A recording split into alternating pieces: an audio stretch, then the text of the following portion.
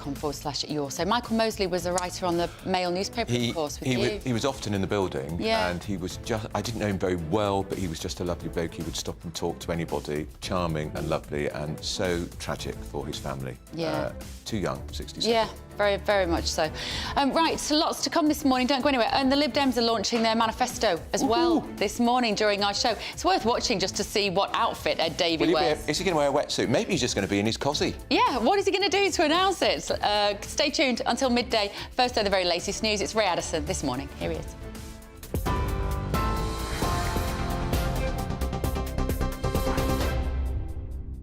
Thanks, guys. Fast approaching 9:32. Our top stories this morning. The Prime Minister's promising to recruit 8,000 neighbourhood police officers in England and Wales if the Tories are re-elected. Rishi Sunak says the plan would be funded in part by hiking visa fees and increasing the immigration health surcharge for overseas students. However, Labour's calling it another empty promise from a, quote, desperate Conservative Party. Well, Labour's promising to deliver free breakfast clubs in schools, part of a new childcare plan that they say will save parents over £400 a year. They're saying that it will also cut almost 500,000 days of school absence. For parents who already pay the alternative before school childcare, Labour's funded breakfast clubs could cut the cost by up to £50 a week, delivering savings of almost £2,000 across a school year for a family. Well, elsewhere on the campaign trail, the Liberal Democrats will launch their manifesto this morning, pledging to put the NHS and care at the centre. Meanwhile, the SNP's looking at grassroots sport, and Reform UK will set out their economic policy later on. The NHS has launched a major appeal for O-type blood donors following a cyber attack on hospitals in London. The Health Service says it can't match patients' blood at the same frequency as usual, meaning that they need more safe stock to give to patients. The attack on pathology services across the capital has led to missed transfusions. The family of Harry Dunn say they're shocked and upset to learn that their son's killer won't be giving live evidence at his inquest, which begins today. The teenager died in Northamptonshire in 2019 when his motorbike was hit by a car driven on the wrong side of the road by US government employee Anne Sekulas. She was given an 8-month suspended sentence back in 2022 after admitting criminal charges. Well, in France, Emmanuel Macron says the country needs a clear majority in government for, quote, serenity and harmony after the president's shock decision to call a snap election there. He made the announcement following defeat to the far-right National Rally Party in European polls, which has also resulted in Belgium's Prime Minister saying he'll resign. And finally, all pet cats in England now need to be microchipped and registered on a database by the time that they're 20 weeks old. Owners who haven't done so will have 21 days to have one implanted, or they could be fined up to £500. The charity Cats Protection believes over 2 million animals aren't currently chipped. Well, for the latest stories, you can sign up to GB News Alerts by scanning the QR code on your screen or go to gbnews.com/alerts. Back now to Andrew and Beth.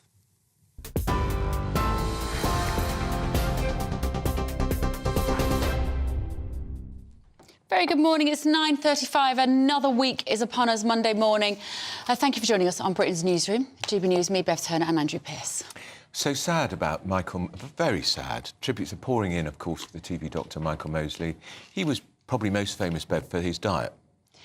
You eat normally for 5 days, 2 days, you actually starve yourself. That's right. He actually reversed his own diabetes, in fact, by doing this. He was very good on being ahead of the curve on the starvation system of, like, say, 5 days of eating and 2 days of not eating. Tragically, his body was found on the Greek island of Symi yesterday after going missing on Wednesday. He's obviously got... he has 4 grown-up children. They're all out on the island with their mum. Really sad. The search. What I still find inexplicable about this, walking in the... He set up on that walk at 1:30. He clearly got lost, but he just had an umbrella with him and a baseball cap. midday heat, the heat in the Greece and that Greek island in the afternoon was 43 degrees centigrade. Yeah, he had Too hot to be walking in. He had a small bottle of water with him. No telephone. No telephone. We don't know the cause of death. He clearly had a fall. Yeah. Of some kind. I think probably sustained a head injury, I think, by some accounts, on that, having had that fall. Because he'd been walking for about 2.5 hours, we think. Yeah. And, you know, I mean, there's been some criticism of him for not having his telephone with him. I think that's a bit harsh, really. I think He's on holiday. He's on holiday. It's exactly the kind of walk that you would do when you think, I'll be fine. I'm not going to take my telephone with me. Well, I'm very sorry, because he wrote a lot of his books were serialised in the Mail, and he was often in the building, and you always knew when he was in the building because there was a lot of fun and a lot of laughter because he was such an all-round nice guy. I would be dishonest if I didn't say he disappointed me a little bit when he said he wouldn't have anyone in his house who hadn't had the COVID vaccine, and he criticised Novak Djokovic for not taking that drug, and you know, for me, that was disappointing because I respected him enormously as a doctor, but very sad for his family. Terrible. Terrible for his children. And it just shows you, doesn't it? Life I know, that like is that. life. It's a Live thread. every day as though it's your last, as my mum says. Go out every morning and be nice to everybody and know that you just never know what's round the corner. Well, on the election, a big split has emerged in the Labour Party over their flagship policy of putting VAT on every private school place. Now, Camilla Tominey interviewed Emily Thornberry yesterday, the Shadow Attorney General, who admitted class sizes in the state sector will have to go, because even by Conservative estimates, it means so many schools will close, so many parents will take kids out of school, at least 40,000 will be thrust straight into the state sector by January. It's got to, I would say that is Conservative. I really do think so. Emily Thornberry, the quote was, "It would be fine if we have to, in the short term, have larger classes." Extraordinary. Shadow Education Secretary, as Andrew said, Bridget Phillipson, said that she's got the policy's impact wrong. Let's have a listen to that conversation on Camilla Tominey on GBNews yesterday. Everything we're going to spend money on, we're saying where the money is coming from, because we will have a properly costed manifesto, and all our spending commitments will be costed, and we will be able to say where it comes from. And sure, you know, there may well be complaints about it. I understand that, but I'm afraid that if I have a choice between putting VAT on private schools and making sure that the children in my area can have breakfast before they start learning, I know where I am. She did punishment in her voice. Yeah, the punishment. And look, I'm telling you, this is the class war envy at Labour at its worst. But she's admitted if the price to pay is bigger classes in the state sector in the short term, that's a price worth paying. Well, tell me, and Labour now is saying, oh, lots of schools have got spaces. Yeah, not the good schools. Absolutely, the good schools are already full. And also the idea that she's saying we need to tax the private schools, private businesses, and so that we can feed other people's kids. If your kid hasn't had breakfast before you go to school, that's on the parent. That's your fault as a parent. Right. Why is the state saying we're going to punish those children over there whose families can afford private school in order to feed the children whose parents can't be bothered to make them a bowl of porridge in the morning? And every child will get the free breakfast, and they don't. So what a waste of money. Because there are so many children that don't need a free breakfast. This is a glimpse of a Labour government. I find it really deeply concerning. Well, the other glimpse for me came when Keir Starmer admitted in the TV debate last week. I had to rewind it twice because I thought, have I misheard him? No, he wouldn't use private if a loved one, his wife or one of his kids, was on a waiting list and seriously ill. What? Well, why wouldn't you? Let's talk to Tony Breslin now, who's the Director of Breslin Public Policy and Education Consultancy and author of Lessons from Lockdown. Good morning, Tony. Thank you for joining us. So, tell us your assessment, first of all, what you think the impacts might be of this 20% VAT on private school children. There are about 600,000 children who are lucky enough to attend private school in the UK. Well, first of all, I'm not convinced by the hoo-ha over this. There will be some independent schools that will struggle. There will be some that close, and there will be some children withdrawn from the sector. But economists would refer to something like private school fees as a given good. In other words, when they go up, what people do is they substitute away from other things to continue paying those fees. So I think the idea that every child or some large proportion of children who currently receive that exemption, or their families receive that exemption on the fees, will wind up the next morning at the local state school is fanciful. That's simply not going to happen. What it will mean is that people who are paying those fees will tighten their belts in other areas. Of course, that may have other economic impacts, but I think that this will be a much smaller effect. I think the other thing that's important to point out here, whatever the issue on class sizes, I have never heard, and I'm a former chair of governors, my wife's a former head teacher, we've been in the system all our lives in different ways. I've never heard a head teacher complain about an influx of aspirant middle-class children. So the idea that this is going to be problematic for the state sector is just not the case. It's problematic for those individual children, Tony. It's problematic for those individual children who have to be taken out of a school where they've got a friendship group and they're parts of clubs and activities and all of that when they like their school. Well, look, sorry, you've got to go into that one now. Yeah, I'm not disputing that at all. Of course, where families decide that they need to take their children out of an independent school and the children are happy there, of course that has a consequence. But equally, the reality is that children do form new friendships, they do settle into new places, and so forth. I just don't think this is going to happen on the scale that people are talking about. I think what's going to happen is that those families will substitute away from other items of consumption. They will tighten their proverbial belts, and most of those children will remain in independent schools. Well, we've already seen 2 schools have announced they're closing already, Tony, and there was a very interesting letter in the Daily Telegraph last week from a head teacher of a rural private school with 600 kids. He says already he feels the impact and he's not sure he'll be open in a year's time. Where are those children going to go to school? Well, those children will have to be found places in the state sector, but I'm just not convinced that schools, independent schools that have been run as businesses, that I'm assuming have been well run as businesses, will not be able to make the necessary adjustments for this in the main. Of course, there will be cases, and of course, the individual impact matters and it will be felt.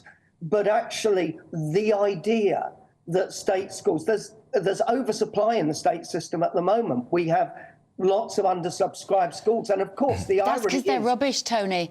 That's because they're not good schools. No, but the ones that... If you've got the great schools, the outstanding state schools have such demand that people will move to those areas. The ones with space often have... English is not the first language for the majority of children. You've got heads, which has got a revolving door of different head teachers. Go on. Yeah, but that's not because they're rubbish schools. That's because they have enormous challenges. Let's be fair. You know, I and many of my colleagues, we've spent an awful lot of our career in the toughest of schools. I've heard them described as career-damagingly difficult schools. But please don't describe them as rubbish schools. Oh, no, you can have rubbish heads. You can have some brilliant governors. I'd put all the power in the hands of the governors, from my experience. I think often they run the school better than the heads. But you can have terrible head teachers who are tired and don't want to do the job anymore. You can have whingy teachers who are dictated to by the unions and take any opportunity to strike. There are some rubbish schools. Well, I'm not even... I don't think we need to use that language. Schools have different challenges, and yes, some head teachers burn out and all the rest of it. I wouldn't put chairs of governors up against heads, partly because that would be really difficult in my marriage. My wife's just retired as a head of an outstanding school, right? And I've been a chair for many years in the state sector. This is not about good schools, bad schools. The point I am making is that the schools that currently have the greatest number of vacancies often have the biggest social challenges. The irony is that they might gain most from gaining an influx of aspirant children. But this is not going to be cataclysmic in the way described. We shall have to monitor it. We shall have to see how it goes. But actually, I think that this is the reddest of red herrings. OK, can I ask you one last question on this? Wouldn't you prefer to see the money that Labour are going to splurge on breakfast for every single child? Shouldn't that be spent instead on books, music tuition, perhaps extra physical activities in lunchtime and after school. Wouldn't that be a better use? Is it really the job of schools to provide breakfast for every kid? Well, I think there's two things. I'm not unsympathetic to the point you're making at all. I mean, it's an issue, isn't it, right across the taxation and benefits system about whether it needs to be more progressive. And I think there is a legitimate debate about when we make things universal, we hand meals to those who could afford them and so forth. But, you know, the parents who can't afford that bowl of porridge, or their working commitments are that they're out in the morning at the same time as their children or before them, I don't think we should be criticising them as parents. What we do want to see is to make sure that every child begins school, you know, healthy and ready to learn. That's the challenge. But yes, I'd love to see the money spent on exactly the things you're talking about, Andrew. And actually, if we have more children from the independent sector coming into the state system, it'll help move the axis in some of those things. All right, thank you, Tony. Great conversation. Tony Breslin there, Director of Breslin Public Policy. I like him. I like the fact that he was very straight with us.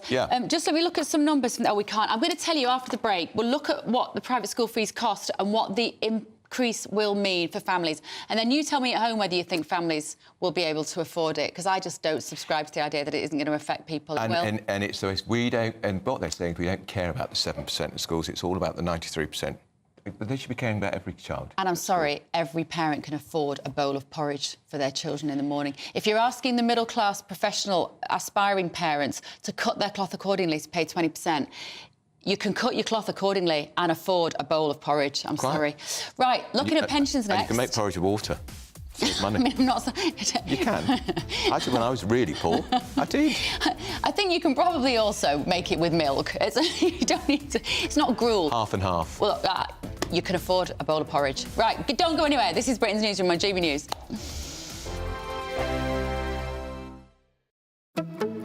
Good afternoon, Britain. Good afternoon, Britain. Weekdays from midday, we bring you the most compelling stories from across the United Kingdom. And why it matters to you. From your doorstep to our inbox. That's right, we want to hear from you. Good afternoon, Britain. Only on GB News, the People's Channel, Britain's news channel.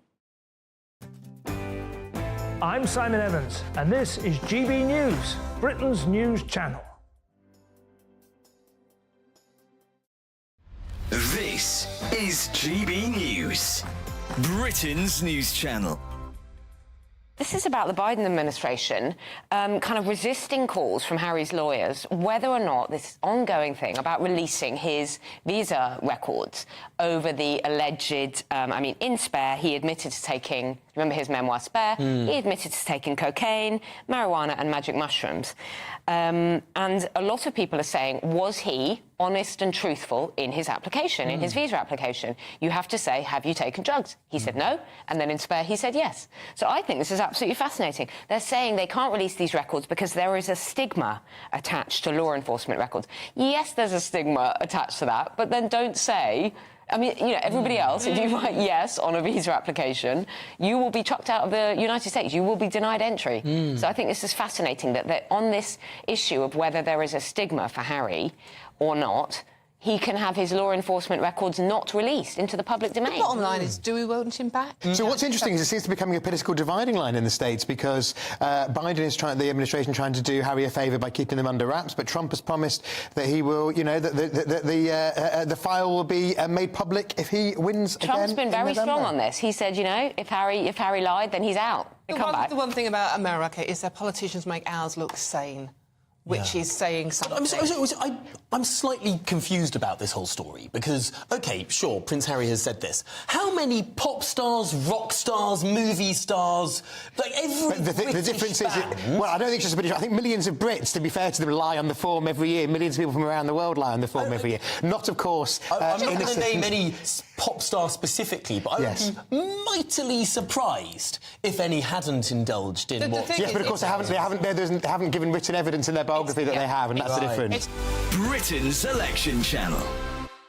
Hi there, I'm Michelle Dewberry, and I'm going to take a second to tell you all about my show, Dubes & Co. We start off with the issues of the day. We then bring in both sides of the arguments. We get rid of the disrespect, and then you throw me into the mix. And trust me, I'll tell it exactly how it is. And then, of course, the magic ingredient, you at home. We mix it all together, and what have we got? In my opinion, the best debate show in town. Monday to Friday, 6 till 7 on GB News, Britain's news channel.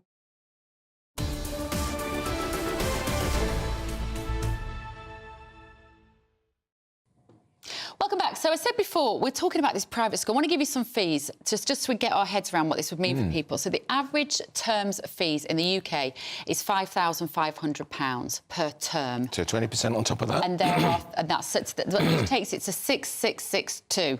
Yeah. That's 3 terms a year. Yeah. So a family with 2 children, let's face it, because most people have got a couple of kids, have got to find an extra £2,220 a term, which is £6,660 a year after tax. So that's going to be granny and grandma. Can you help out? You've got to earn 13 grand. And some of these families are probably really struggling to get to where they are already. Yeah.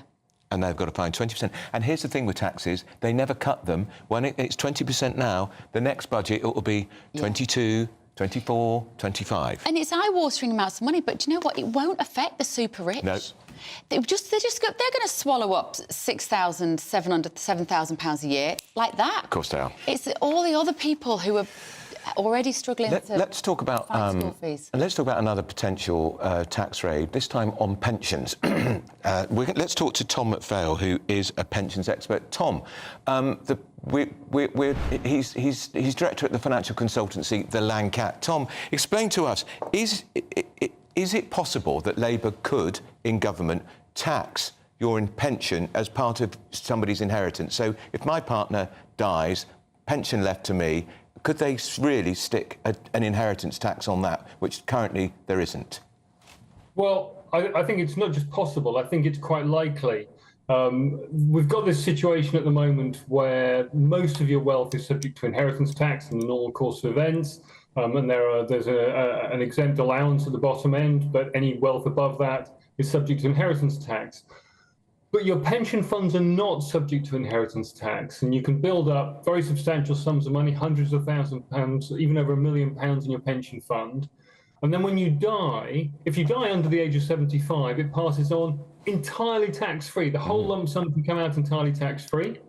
Even if you die after the age of 75, it's only subject to income tax at the point when it's drawn out. And the effect of all of this is we've got this strange situation where your employer puts money into a pension for you, you don't get taxed on it, it grows and the investments grow, it doesn't get taxed, and then potentially you can pass the money on tax-free as well. And given the way Labour have ruled out major tax rises on income tax, national insurance, VAT, the big ticket items, we know they're going to be scrabbling around to find money from somewhere. We know they favour wealth taxes over income taxes. So in that context, pension funds look like a soft target to me. OK. Interesting. I'm sorry it was short and sweet, Tom. We will revisit this another day as well, I'm sure, though. And we will give you the Labour response after the weather. Yeah. A brighter outlook with Box Solar, sponsors of weather on GB News. Good morning. Welcome to your latest GB News weather from the Met Office. It's a bit of a cloudy start for many of us this morning and a damp start too, although there are some drier and brighter interludes on the way. The area of rain that we've seen sinking its way south and eastwards overnight eventually clears its way towards the southeast, but could lead to some travel disruption during the morning rush hour across eastern parts of England. It's closely followed behind by plenty of heavy and blustery showers, these perhaps turning to some longer spells of rain across parts of Scotland. Parts of Wales and southwest England seeing the best of the sunshine this afternoon, but temperatures here only around 18 or 19 degrees and struggling to reach much more than the low to mid-teens further north. As we go through the rest of Monday, there is still going to be plenty of showers around through the latter half of the afternoon, but parts of southwestern England and Wales generally staying that little bit drier and brighter, so some late sunshine here. Heavy showers still across northern parts of England and maybe one or two across Northern Ireland too, but generally staying a little bit cloudier for parts of Scotland, and those showers do continue to push in from the north, pushing their way southwards into Monday evening and into the start of Tuesday. So those showers do continue for a time through Monday evening, but they will gradually start to ease overnight, so generally turning drier for most of us as we go into the start of Tuesday. As it's turning drier, there will be plenty of clear spells around, and that will lead to temperatures dropping a little lower than we saw on the previous night, particularly across the southern half of the UK, where we could see some rural frost in places, particularly in those rural areas, with temperatures dropping down into the low single figures. That does mean that Tuesday starts a bit of a drier and brighter day for many of us. Still one or two showers around, particularly across parts of Scotland and along some eastern coasts as we head towards the afternoon, and some cloud bubbling up as well, so perhaps a bit of a cloudier end to the day. The showers across eastern parts of England, perhaps not quite as heavy as on Monday, but temperatures are still a little below average for the time of year. Only the mid to high teens further south, and still in those low double figures further north. That warm feeling inside from Boxed Boilers, sponsors of weather on GB News.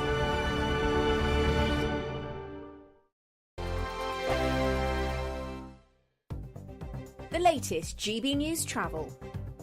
Good morning, I'm Russell Holding. In Fife, the A914 is blocked by fire engines off the A92 at the Newen roundabout at Muirhead, causing queues. In Tyne and Wear, the A167 is closed eastbound along Stamford Road towards the A191 in Newcastle after an accident. The M6 in Lancashire is partly blocked northbound for emergency repairs after an accident between junctions 32 and 33 from the M55 to the A6 south of Lancaster, causing queues. In Leicestershire on the A50, there's a lane closed for repairs after an accident eastbound between junction 1 and the M1 at Long Eaton, with delays as a result. On the M25 in Essex, there's a lane closed anti-clockwise where a lorry is broken down at junction 28 for the A12, causing delays from junction 29 for the A127. On the M25 in Kent, there's a lane closed clockwise where someone's broken down at junction 2 for the A2, causing queues. That's the latest. You can stay up to date throughout the day by visiting our website, gbnews.com. It's our summer spectacular. 3 top prizes that have to be won. There's cash. £15,000 in tax-free cash to spend on anything you like this summer. Plus a brand new iPhone 15 with a set of Apple AirPods. And if that wasn't enough, we'll also treat you to some fun in the sun with £500 to spend at your favourite UK attraction this summer. For another chance to win the iPhone, treats and £15,000 cash, text prize to 63232. Text costs £2 plus 1 standard network rate message, or post your name and number to GB06 PO Box 8690 Derby DE1 9TT. UK only. Entrance must be 18 or over. Lines close at 5 p.m. on the 28th of June. Full terms and privacy notice at gbnews.com/win. Please check the closing time if listening or watching on demand. Good luck. Good afternoon, Britain. Good afternoon, Britain. Weekdays from midday, we bring you the most compelling stories from across the United Kingdom. And why it matters to you. From your doorstep to our inbox. That's right, we want to hear from you. Good afternoon, Britain. Only on GB News, the People's Channel, Britain's news channel. If you want your news to be straight talking... This is a nightmare for the Conservatives again. Down to earth. It's not just Nottingham where this is happening, is it? And most importantly, honest. Hard-working, middle-class taxpayers, they'll get their book thrown at them. Then catch me, Martin Daubney, Monday to Friday, 3 till 6 p.m. on GB News, Britain's news channel. I'm Christopher Hope. From pop stars to politicians, I'll interview anybody in a pub who's got a political opinion. Join me every Friday on Spotify, Apple Podcasts, YouTube or gbnews.com, or wherever you get your podcasts. GB News, Britain's election channel.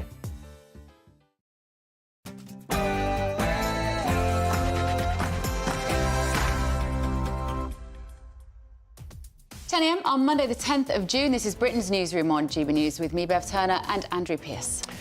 A big split in the Labour Party. The Shadow Education Secretary Bridget Phillipson has slapped down her fellow frontbencher Emily Thornberry for saying their plan to put VAT on private school fees will increase class sizes in the state sector. She's let the cat out of the bag.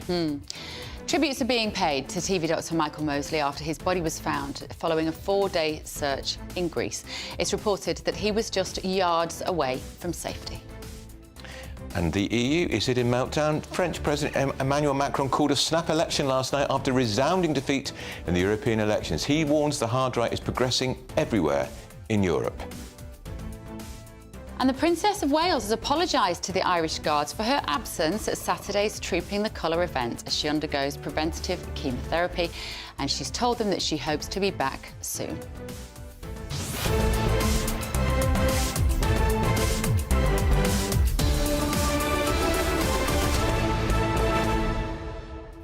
Seeing those images of her, the princess, you realise I sort of miss her. I do. Not seeing her around. We haven't really seen her since Christmas. No, haven't seen her really at all. No, we have. Well, we apparently saw her at the garden centre. That was the only footage we had. And the video that she did. Of course. You know what I think when I see her, every single time we talk about that, I just instantly think about those 3 children. Yeah. I think, you know what, she's the Princess of Wales, and we are missing seeing her on our screens for that reason. But actually, every time I think the conversation she must be having at home with those 3 young kiddies, that's what breaks my heart. GBNews.com/your say to let us know your thoughts this morning. First, the very latest news with Ray Addison.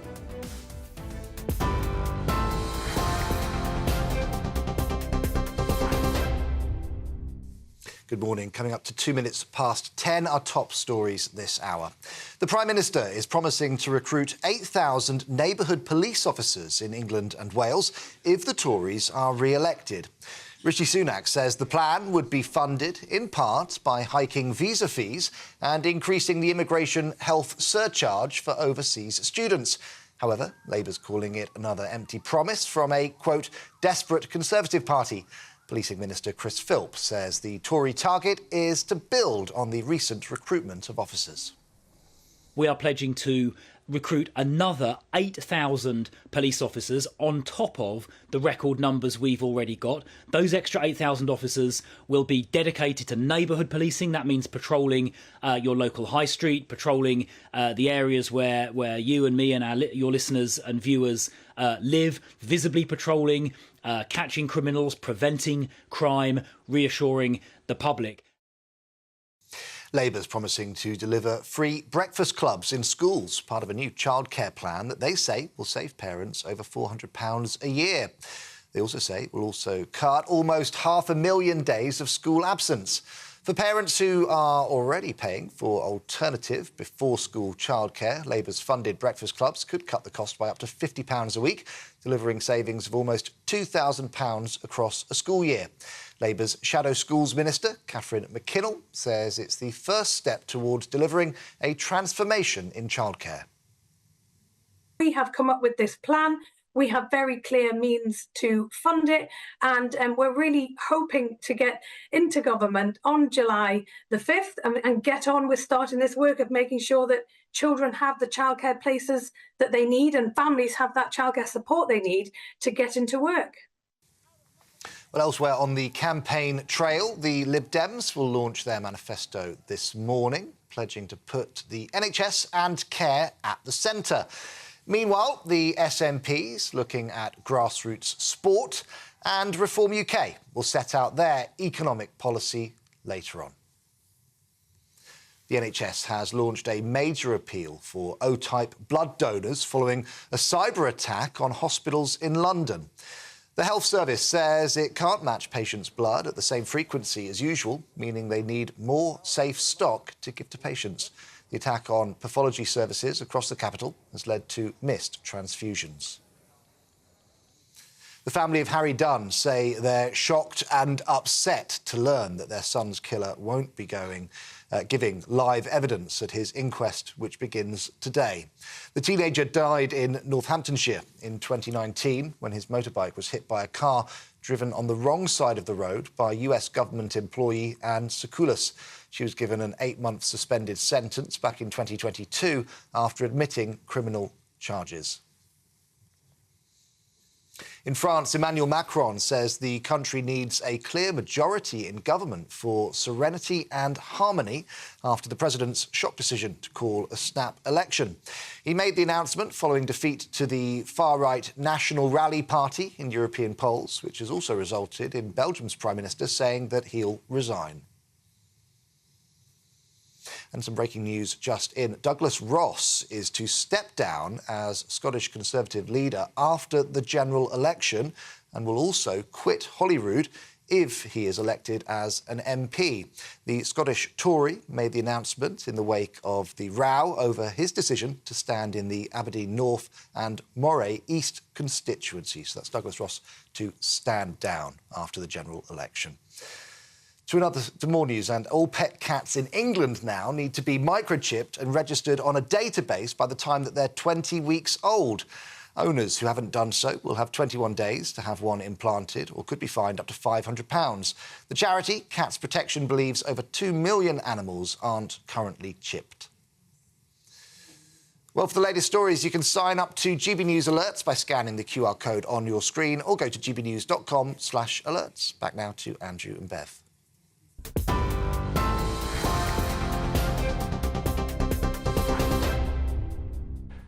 10:06, you're with Britain's Newsroom on GB News with Andrew Pearce and Bev Turner. Send us your thoughts this morning, gbnews.com/your say. A lot of you are agreeing with me, actually, and Andrew, on the fact that children should be fed breakfast by their own parents. It should not be the job of the state to be feeding everyone's kids before school. Although Margot does say, I still make my porridge with water and a pinch of salt, the Scottish way. You were saying this, if they can't There we are. We had it just occasionally. That was harsh, I have to say. If the fridge didn't work or the milk had gone off or somebody had nicked it off the doorstep, you had it with water. And Margot says parents need to get up earlier to do breakfast. That's right. For example, cereal, toast. You don't need to be a chef. I couldn't agree more. Teach your kids to do it themselves as well. I was just about to say, if the child is 6 or 7, why can't they make their own breakfast? They can. They can. Yeah, it's a big parenting issue, this as well.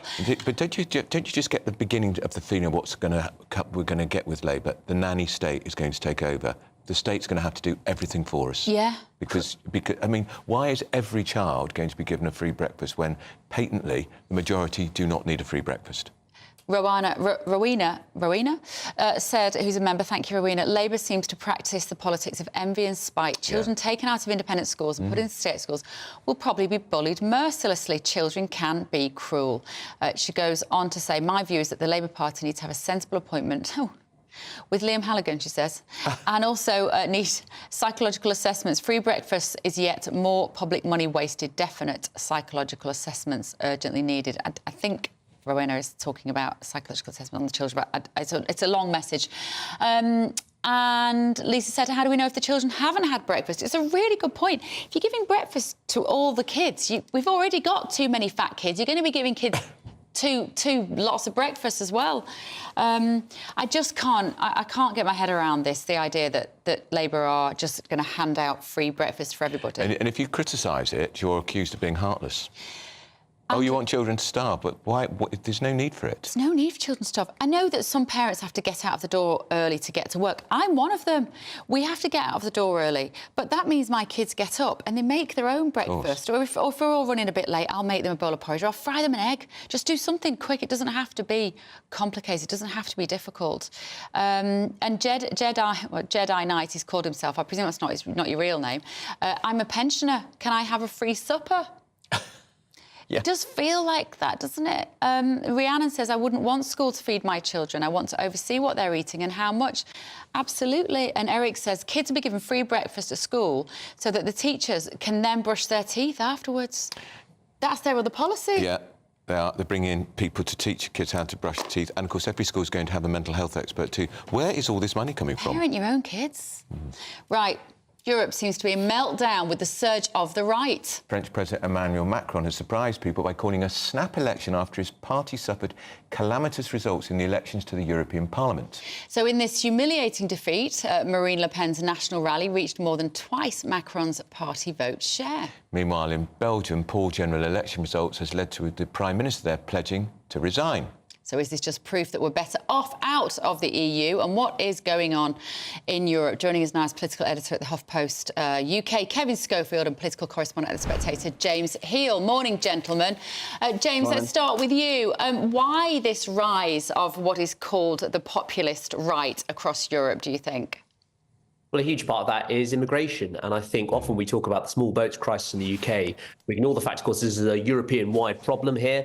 If anything, the Europeans have it worse than us, because, of course, they've got the Mediterraneans landing there. And so what we're seeing right now is a kind of backlash against the incumbent governments for failing to deal with that in France, in Germany, and Belgium as well. And I think that's going to really kind of shake up what we see in terms of European politics with the G7 meeting next week. You've got Meloni, her hand strengthened after the results last night. And I think what we could say, perhaps, is that 2016, we saw Brexit and Trump, and that was the year the new right emerged. Perhaps we'll see 2024 as the kind of year in the continent when the new right consolidated its grip on power. Kevin? Yeah, I hard to disagree with anything that James has said there. I mean, what I would say is that maybe we shouldn't over-analyse it. You know, the right, the far right have absolutely done well in these elections. However, the centre-right and centrist politicians in most countries has actually held, although, you know, they've experienced losses as well. They are clinging on at the moment. So maybe we shouldn't overplay the march of the far right. But, you know, it's France is the big story this morning. Absolutely extraordinary developments there with the snap election. And, you know, hats off to the French. They know how to do a snap election. They're going to have it before the end of the month. Yeah. Well, we've still got another 4 weeks to go nearly. So we'll find out very soon exactly whether that gamble by Emmanuel Macron has paid off. But it is absolutely, after the results in France last night and Marine Le Pen doing very well, you know, he's really laying it all on the line, and it could blow up in his face. It could, and of course, Marine Le Pen would say if she was here, Kevin, I'm not the far right. She's not her father. It is now. It's not even called the National Front anymore. They've changed the name. She's moved much more into the mainstream. No, you're right. She would say that, but you know, the legacy of her father and you know where that party has come from. You know, I don't think it's too much of a leap to say that they're certainly on the outer fringes of politics on the right, and clearly Emmanuel Macron sees it as enough of a threat to want to take it head on. But you know, as I say, it's a huge gamble, and you know, I saw this morning someone liken it to when David Cameron called the Brexit referendum to try and deal with internal problem in the Conservative Party, and we know how that ended up for him. So you know, it could well be the same for Emmanuel Macron. James, the right is not advancing in this country. It might be in France and it might be in Italy, but it's in retreat in Britain. Well, this is the great irony, isn't it? And of course, we could see 3 weeks' time, Prime Minister Starmer elected on the 4th of July. And of course, you know, the same week he'll be potentially dealing with a 28-year-old member of Le Pen's party, younger than me, who's going to be elected for a party which stands for everything in opposition to Labour stands for. So quite hostile to Islam, very Eurosceptic, very much on the right. And I think that's what's really the striking here thing in the UK general election context is that as the rest of Europe turns rightward, you've got Meloni in Italy, you've got the AfD doing very well in Germany, Britain is turning left. And it's also a worldwide thing as well. You know, you see Pierre Poilievre in Canada doing very well. Trump may well return to the White House. So, you know, Keir Starmer in the British context could have the most difficult, you know, kind of international context for any incoming Labour Prime Minister since Clement Attlee in 1945. Kevin, it feels like there's a touch paper has been lit this year and the end of 2023 as well. I'm thinking about the farmers' protests, very visual against the elites, if you like, in those countries, the ruling political elite who are on the left.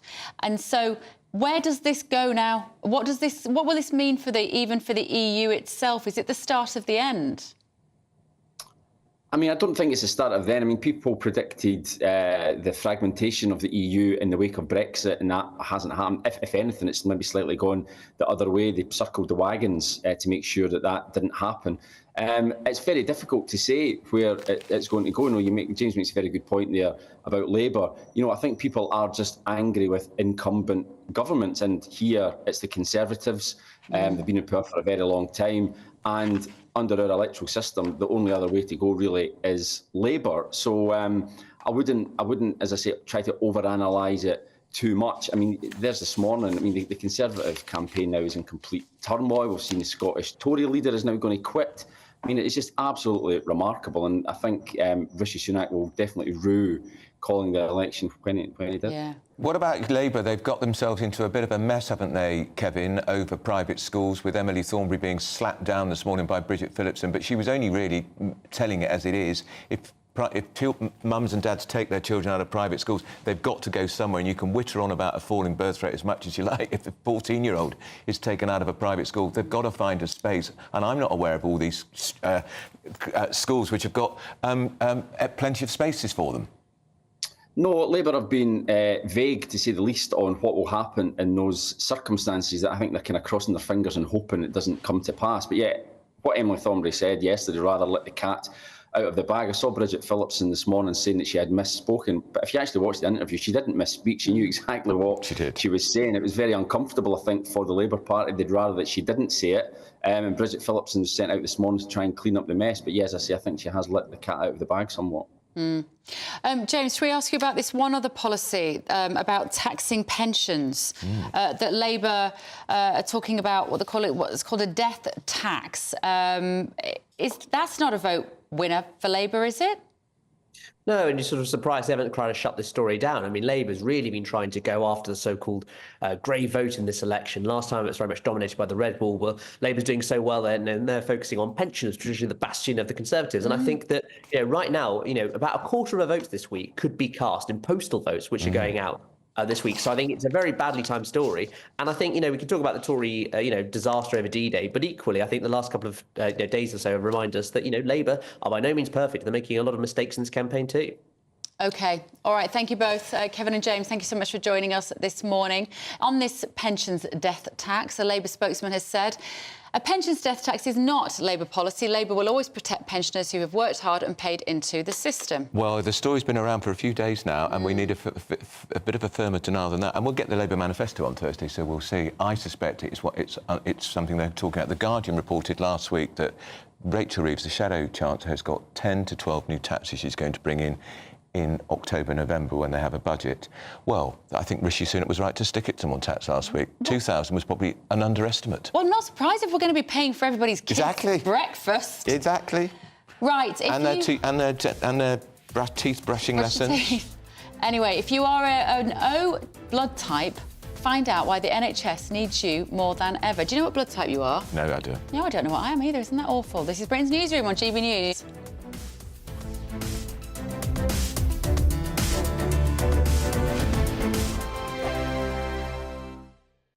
This is GB News, Britain's news channel.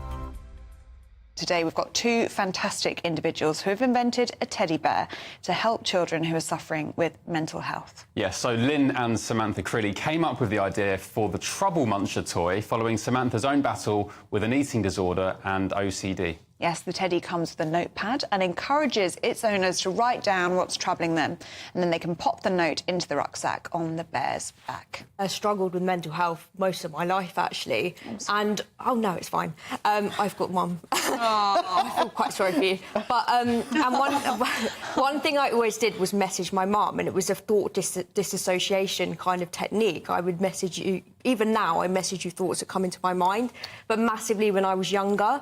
And I thought, what happens if you're younger and you don't have this? Yeah, and I think in today's technology-fueled world, I think we go back to basics, and it just helps them to process by writing it down. Everything's so instant these days.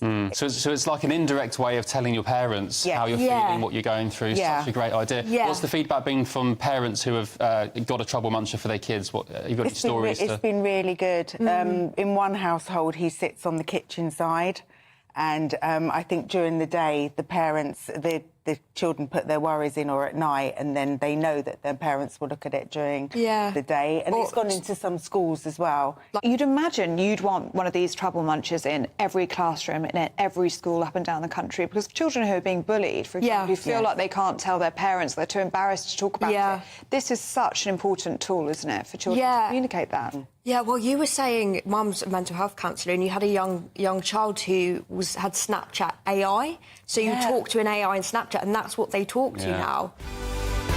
The People's Channel.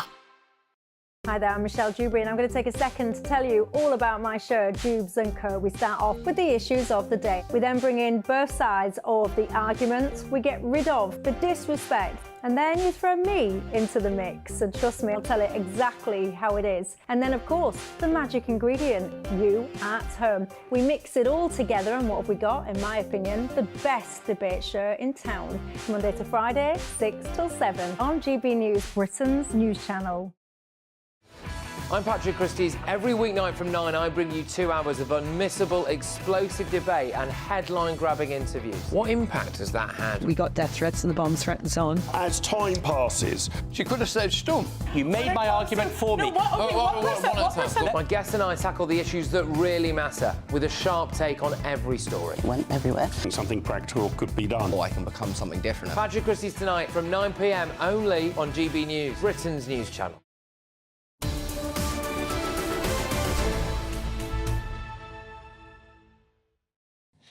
10:20 with Britain's News and with GB News, Andrew Pearce and Beth Turner. So throughout the election campaign, we want to hear from you, from people across the UK, about what really matters. So today we're meeting Mary Carman from Leamington Spa. My name is Mary Carman, I'm 32 and I'm from Leamington Spa. I'm a health and fitness coach for mums and I used to be a nurse at the Birmingham Children's Hospital. So I know the government have announced the fact that they're going to increase childcare hours for children younger, and actually I think my son, who's now 1, qualifies for that in September, so I really hope that continues. Also more support around enterprise.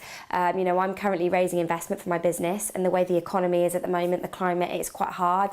I know there are things around SEIS, EIS, but I think if businesses could have more support to grow, you know, financially that would be really helpful. I've got 3 small children, 2 at school, 1 at nursery.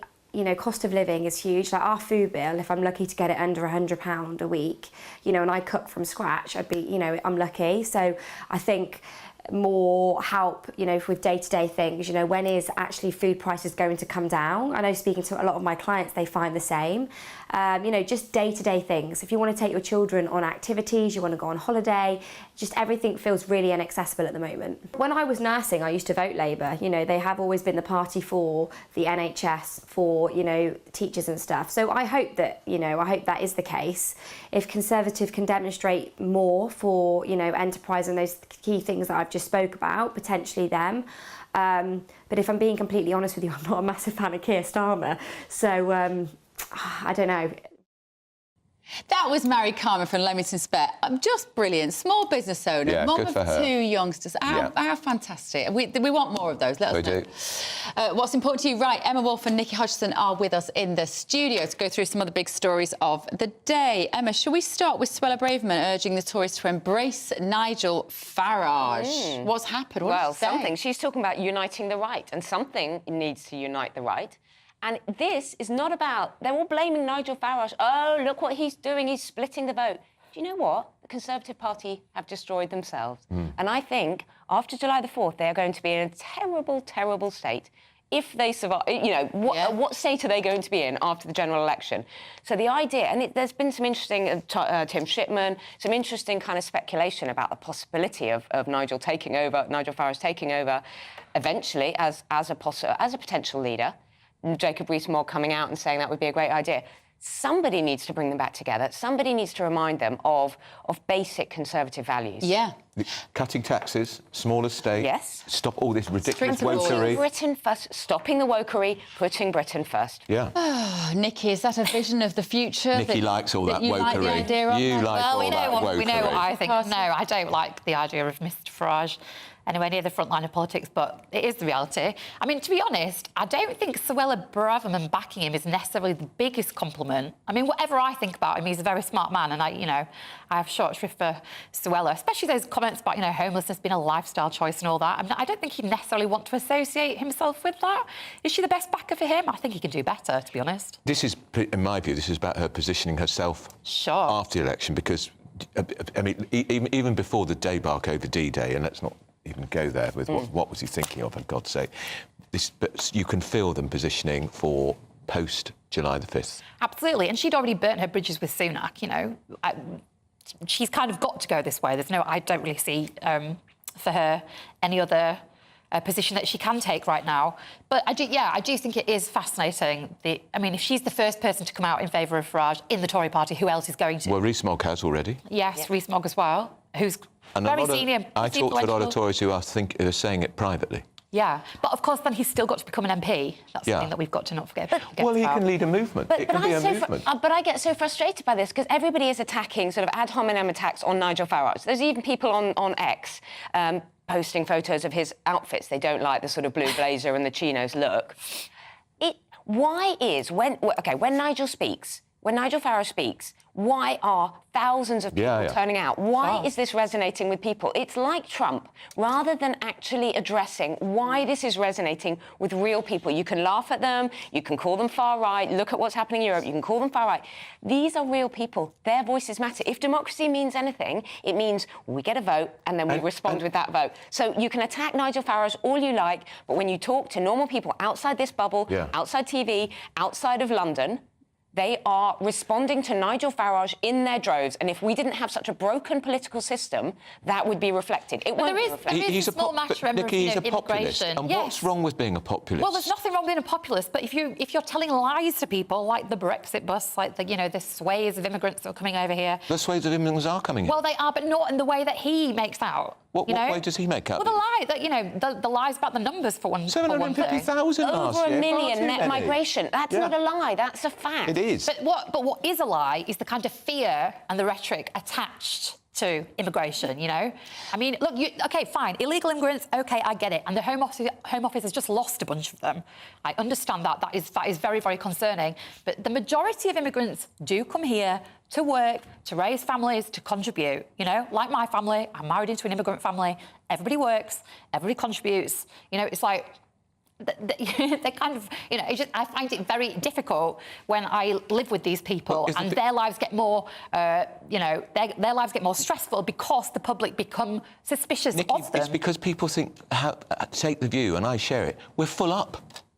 And I don't think large influxes of migrants into one town is doing anything for social cohesion. It's breaking it down. But what you have to look at is all the successful stories of immigration that have worked in this country. Not all the... OK, fine, maybe we have got a problem right now in terms of, like I say, stop the boats and all the rest of it. But what you have to remember, Andrew, is that day to day, the rhetoric against immigrants poisons life for people who are immigrants here and paying taxes and working and creating families and integrating. Because, I'm married into a mixed... Muslim family, and there's nothing more integrational than that, really. I'm a former sex worker of no faith, and everybody's accepted me. So what I'm trying to say is there are plenty of examples of, you want to call them good immigrants, maybe that's patronising, but people that do contribute. Do you know what? I think part of the issue is we don't know the language to use around this issue, and we're not sure what we mean by immigration being problematic. And I think this idea that there are people in certain communities who absolutely have a right to articulate that their high street no longer looks like it did 10 years ago. Sure, but that's also a problem of capitalism. That's a failure of capitalism, right? No, and it's a failure in this country. But Andrew, also, it's a failure in this country to support parents, right? Because the reason the birth rate has gone down so much is because it's so difficult to have a child and to care for them and to get childcare and all the rest of it. But it's not because immigrants are stopping us from having our own children. This fear of, we'll have to kind of bring people in to support the fact that the NHS is going to collapse without them. It's like, well, you could have helped parents in the first place. You're you using lots of inflammatory language. With respect, Nikki, you're using language about illegal immigration. Actually, what we need is, and what Nigel Farage and people like that are raising is the fact that migration is too high in a country that is struggling. And that is a failure of government, that we don't have any infrastructure in place. We don't even have a functioning health system or a transport system. But we also have 20,000 vacancies in the NHS, which we are having to use immigrant workers for. We don't have those people. We don't have them trained, Emma. Exactly. We need to... It's about training young people so they're not sitting on benefits, so they're doing a worthwhile job in the health and social care sector. But this all goes back to an absolute failure, breakdown of democracy and of government, really. It doesn't need to be that we hate foreigners, we don't want them in. What we're talking about is actually in this country at the moment we are struggling and more people are arriving. It's just putting pressure on a system that is already completely broken. But the immigrants aren't the people that put the pressure on to start off with. It's the government not managing the health service. It's the government not building enough houses for 10, 20 years. But a country cannot just keep taking more people in. Sure, but you can't just say immigrants are the problem. The problem is the government failing to deliver what you pay your taxes for. I'm sorry, you can see and that's what Nigel Farage is pointing out. Yeah. That's exactly what Nigel Farage is pointing out. He says politics is not working, this country is not working. And that is exactly what you have just said. And I agree with you, but I don't think he's the solution to the problem. We can't have 1 million people coming in every year, Nikki. We just can't. No, but what we can have is people coming in to fill skilled worker vacancies, of which there are many right now. You know, there was that. Do you remember Rishi Sunak went to India to talk to the Prime Minister and did that deal? And all India was asking for was skilled worker visas for the staff that they have that would fill our NHS positions, which we need. People will die without those workers in those positions. And he refused it. Why did he refuse it? Because he had to make the point that he's got to be seen more hardline in immigration. That is so stupid. But they're linked. Part of the problem the NHS is under so much pressure is because we've let so many people in.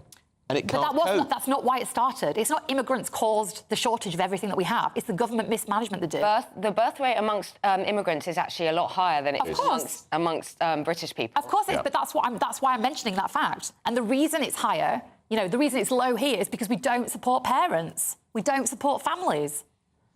Right. Is that why it's low here? It's really interesting. It is really interesting. And you know what? It requires thought, this issue. It does. And I think we probably all agree on that actually, I don't like the way a lot of the media paraphrases the things that Nigel says. I don't like the way they take it out of context and make out that he's... And they attack him. They attack him. He's the one who bravely articulates it. He does. He articulates it. That's why he gets big crowds. So many, and they do. They turn out in their thousands. He has resonated. He has landed with the British public in a way that Sunak and Starmer have absolutely failed to do. You cannot deny that people are responding to what he is. He's the consummate showman. And he's not. I do not believe that he's racist. Look at all this. Well, I didn't say he was racist. I didn't say he was racist. I said I think the language he uses against immigration is deliberate to whip up frenzy amongst people, to make them turn on other people instead of looking at the government that's messed up for them. Ray Addison's waiting for us. We're late for the news, but I would say often if you actually listen firsthand to what Nigel says, it's much more problematic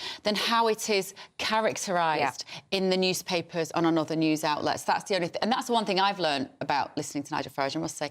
Right. Ray Addison's here with your headlines.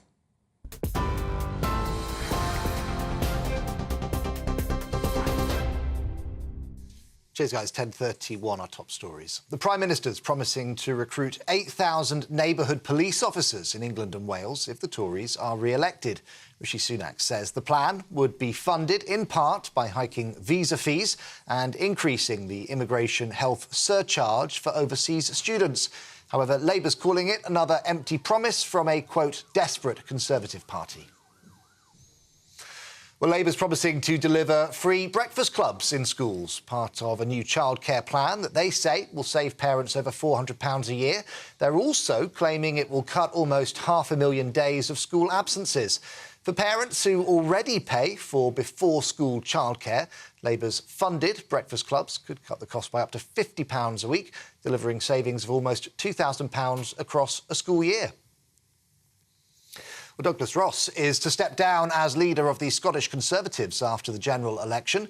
He'll also quit Holyrood if he is elected as an MP. The Scottish Tory made the announcement in the wake of the row over his decision to stand in the Aberdeen North and Moray East constituency.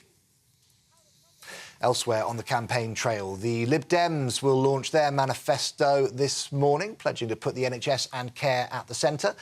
Meanwhile, the SNP's looking at grassroots sports today, and Reform UK will set out their economic policy later on. The NHS has launched a major appeal for O-type blood donors following a cyber attack on hospitals in London. The Health Service says it can't match patients' blood at the same frequency as usual, meaning they need more safe stock to give to patients. The attack on pathology services across the capital has led to missed transfusions. Well, for the latest stories, you can sign up to GB News Alerts by scanning the QR code on your screen or go to gbnews.com/alerts.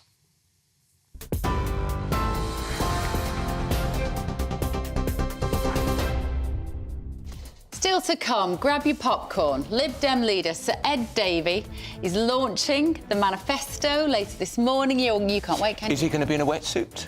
Sliding down a slide, bouncy castle, jumping out of an aeroplane. Swimming in the water, in a river. No doubt it will be entertaining. Don't go anywhere. This is Britain's Newsroom on GBNews. The latest GB News travel.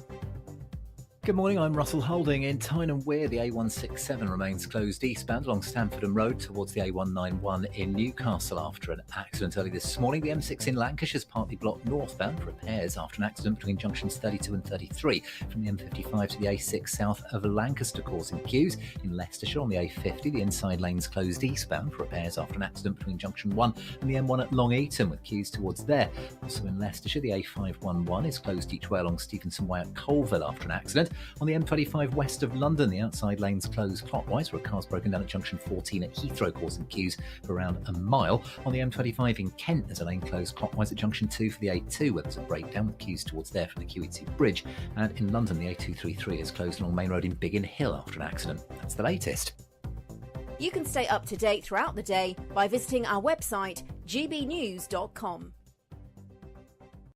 This is GB News, Britain's news channel. D-Day was shrouded in secrecy. Ken Hay was days away from landing in Normandy and still didn't know what was happening. I don't think we really appreciated what we were going into.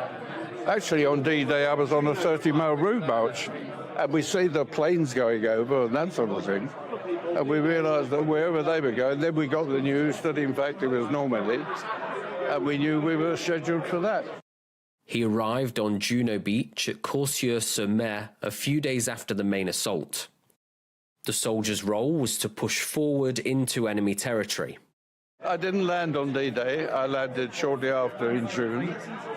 I was in the infantry, so I was a rifle and I was up the front. While on night patrol on July 7th, his unit was attacked. My brother was a corporal in the same platoon, and he was out with me. He got back. 16 of us out of 30 got back. 5 of us got captured, and 9 got killed. Germans put him to work in a POW camp in Zabas, Poland. With Soviets advancing, the prisoners were forced to march for 1,000 miles. At one point along there, my leg was chopped. I lay down in the snow. If it hadn't been for 2 guys who fell back in the column and picked me up, I'd have just gone to sleep and frozen to death. 2 American tanks turned up on the 22nd of April, Sunday afternoon, and we were liberated. Ken feels pride for the role he played in Normandy and thanks God for keeping him alive. People say, why did you volunteer for the services? It was a completely different atmosphere then. You did your bit. The People's Channel.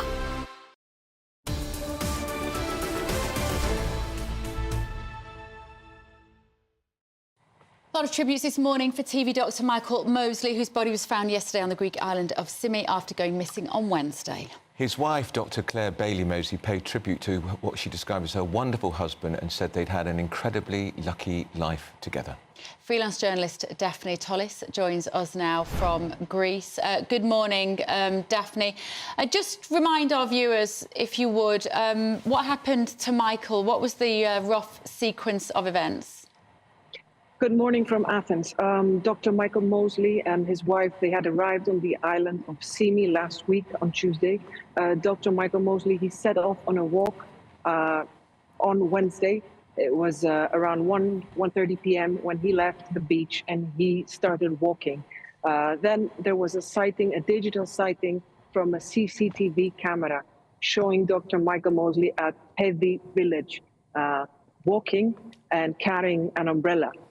He was wearing the clothes that he was wearing the day he went missing that day. Then he didn't return, and his wife got worried later on that evening, of course, and went looking for Dr. Michael Mosley. The authorities started a big search the next morning, which included the Greek Coast Guard, the Hellenic Fire Service, a local search team, canine dog, divers, drones, everything. But the search was focused on that leg of the journey, so to speak. Now you're showing this cliffy, very rocky part of the island, which is exactly what Simi kind of looks like. And Dr. Michael Mosley's body was found yesterday, Sunday morning, in these rocky areas. He was found lying down. Now, the latest information that I have from the coroner is that there was a post-mortem performed today, and the cause of death, he confirmed to me, the coroner confirmed, is undetermined due to the fast decomposition of the body. He explained that bodies can decompose very quickly in such extreme and high temperatures as last week in Greece. It was well over 42 degrees. It's extremely hot, and especially during this time of the day, in the morning and midday, when the sun is very intense. This can lead to, a body, anyone can be worn down, can be exhausted from this heat. So unfortunately, it seems that the day that the coroner said that the day he died was the day he went missing. So this, he could confirm to me over the phone that this was the day that he went missing, he walked, and that was when he lost his life to this undetermined cause. They cannot determine the cause due to the decomposition, to the state of the body under such heat. Now, what is also worth mentioning is in the recent days, we've had 4 to 5 deaths, he said, on other islands nearby, Kos Island, for example, of people who somehow went out in this very hot temperature. We're talking about like a heat wave, and they lost their lives due to the heat. So for him being a coroner and seeing this happening often on under these extreme temperatures. Daphne, in Michael Mosley's wife's statement, she said one of the things that gave her comfort was the fact he was almost in safe territory. He was very close to the resort. How close was he? So here's what we understand, that it was a few meters away. There is a beach club, like it's up to 100 meters. That's what the understanding we have is around 100 meters. That's not far, of course. But this beach, this resort in Agia Marina, normally you reach it by boat. The terrain that you also showed earlier is rocky. There is no shade whatsoever. If one wants to walk from that part of the bay, the other side, Pedi Village, towards Agia Marina, there is no shade whatsoever. It's not a short hike for sure. It's a difficult hike, and especially in these temperatures. Not 6 in the morning, not 8 in the evening. So walking under extreme heat can wear you down. Most people would take a boat to this beach, and there's no way to go anywhere else afterwards. You can basically leave and get there by boat. And Daphne, is the suggestion that he maybe took a wrong turn to get down to the marina and found himself on that hillside and then descended, and then that's where the fence is at the bottom, you can't get through? Is that right? And somehow maybe he's fallen and tripped, or maybe hit his head. Is that the speculation? Well, yes, I wouldn't speculate at this point. What I can say is the coroner told me that there was no injury. So initially, yes, we had thought that as well, but there was no head injury or any other injury. That's what he said. So, so possibly a medical episode. Could have fainted. Comfort, though, from the family, to say that they think that the day that he lost his life was the day that he went missing. I think that I would personally, if that was my husband, I would find that to some degree comforting. Thank you. And a very emotional tribute by his. Absolutely, He was Daphne. He was much loved in Britain, Michael Mosley, much loved, and he'd be very, very sorely missed. Thank you so much for joining us. Thank you, Daphne. Thank you for having me. That's Daphne Tollis joining us from Athens. And the Greek people are lovely, and a little island like that, I'm sure to the family who are there at the moment, they must be offering a lot of support. Yeah, and of course they were staying with friends who'd got a house on the island, so obviously, they knew the island. Just the heat is so lethal. And a baseball cap and a plastic brolly just is clearly not enough. And of course, he probably got lost. Yeah, you know, this is life, isn't it? It's sad, it's awful, it's terrible for the family. But like I say, you wake up in the morning, you just don't know what's going to happen, do you? We just don't know. Right, up next, we're going to be speaking to an independent school head teacher to hear her views on Labour's tax on private schools. You're with Britain's Newsroom on GB News. Good morning. Welcome to your latest GB News weather from the Met Office. It's a bit of a cloudy start for many of us this morning and a damp start too, although there are some drier and brighter interludes on the way. The area of rain that we've seen sinking its way south and eastwards overnight eventually clears its way towards the southeast, but could lead to some travel disruption during the morning rush hour across eastern parts of England. It's closely followed behind by plenty of heavy and blustery showers, these perhaps turning to some longer spells of rain across parts of Scotland. Parts of Wales and southwest England seeing the best of the sunshine this afternoon, but temperatures here only around 18 or 19 degrees and struggling to reach much more than the low to mid-teens further north. As we go through the rest of Monday, there is still going to be plenty of showers around through the latter half of the afternoon, but parts of southwestern England and Wales generally staying that little bit drier and brighter, so some late sunshine here. Heavy showers still across northern parts of England and maybe one or two across Northern Ireland too, but generally staying a little bit cloudier for parts of Scotland, and those showers do continue to push in from the north, pushing their way southwards into Monday evening and into the start of Tuesday. So those showers do continue for a time through Monday evening, but they will gradually start to ease overnight, so generally turning drier for most of us as we go into the start of Tuesday. As it's turning drier, there will be plenty of clear spells around, and that will lead to temperatures dropping a little lower than we saw on the previous night, particularly across the southern half of the UK, where we could see some rural frost in places, particularly in those rural areas, with temperatures dropping down into the low single figures. That does mean that Tuesday starts a bit of a drier and brighter day for many of us. Still one or two showers around, particularly across parts of Scotland and along some eastern coasts as we head towards the afternoon, and some cloud bubbling up as well, so perhaps a bit of a cloudier end to the day. The showers across eastern parts of England, perhaps not quite as heavy as on Monday, but temperatures are still a little below average for the time of year. Only the mid to high teens further south and still in those low double figures further north. This is GB News, and we are Britain's election channel. This vote may seem to be about the politicians in the media, but it's actually about you. And we won't ever forget that. Join us up and down the country as we follow every moment together. Now more than ever, it's important to hear all sides as you make your decision ahead of polling day. We're here for you. This is GB News, the People's Channel, Britain's election channel. Are the newspapers getting you down? My wife didn't divorce me that month. Struggling to separate the wheat from the chaff? I know that it's a bit of a circus at the best of times.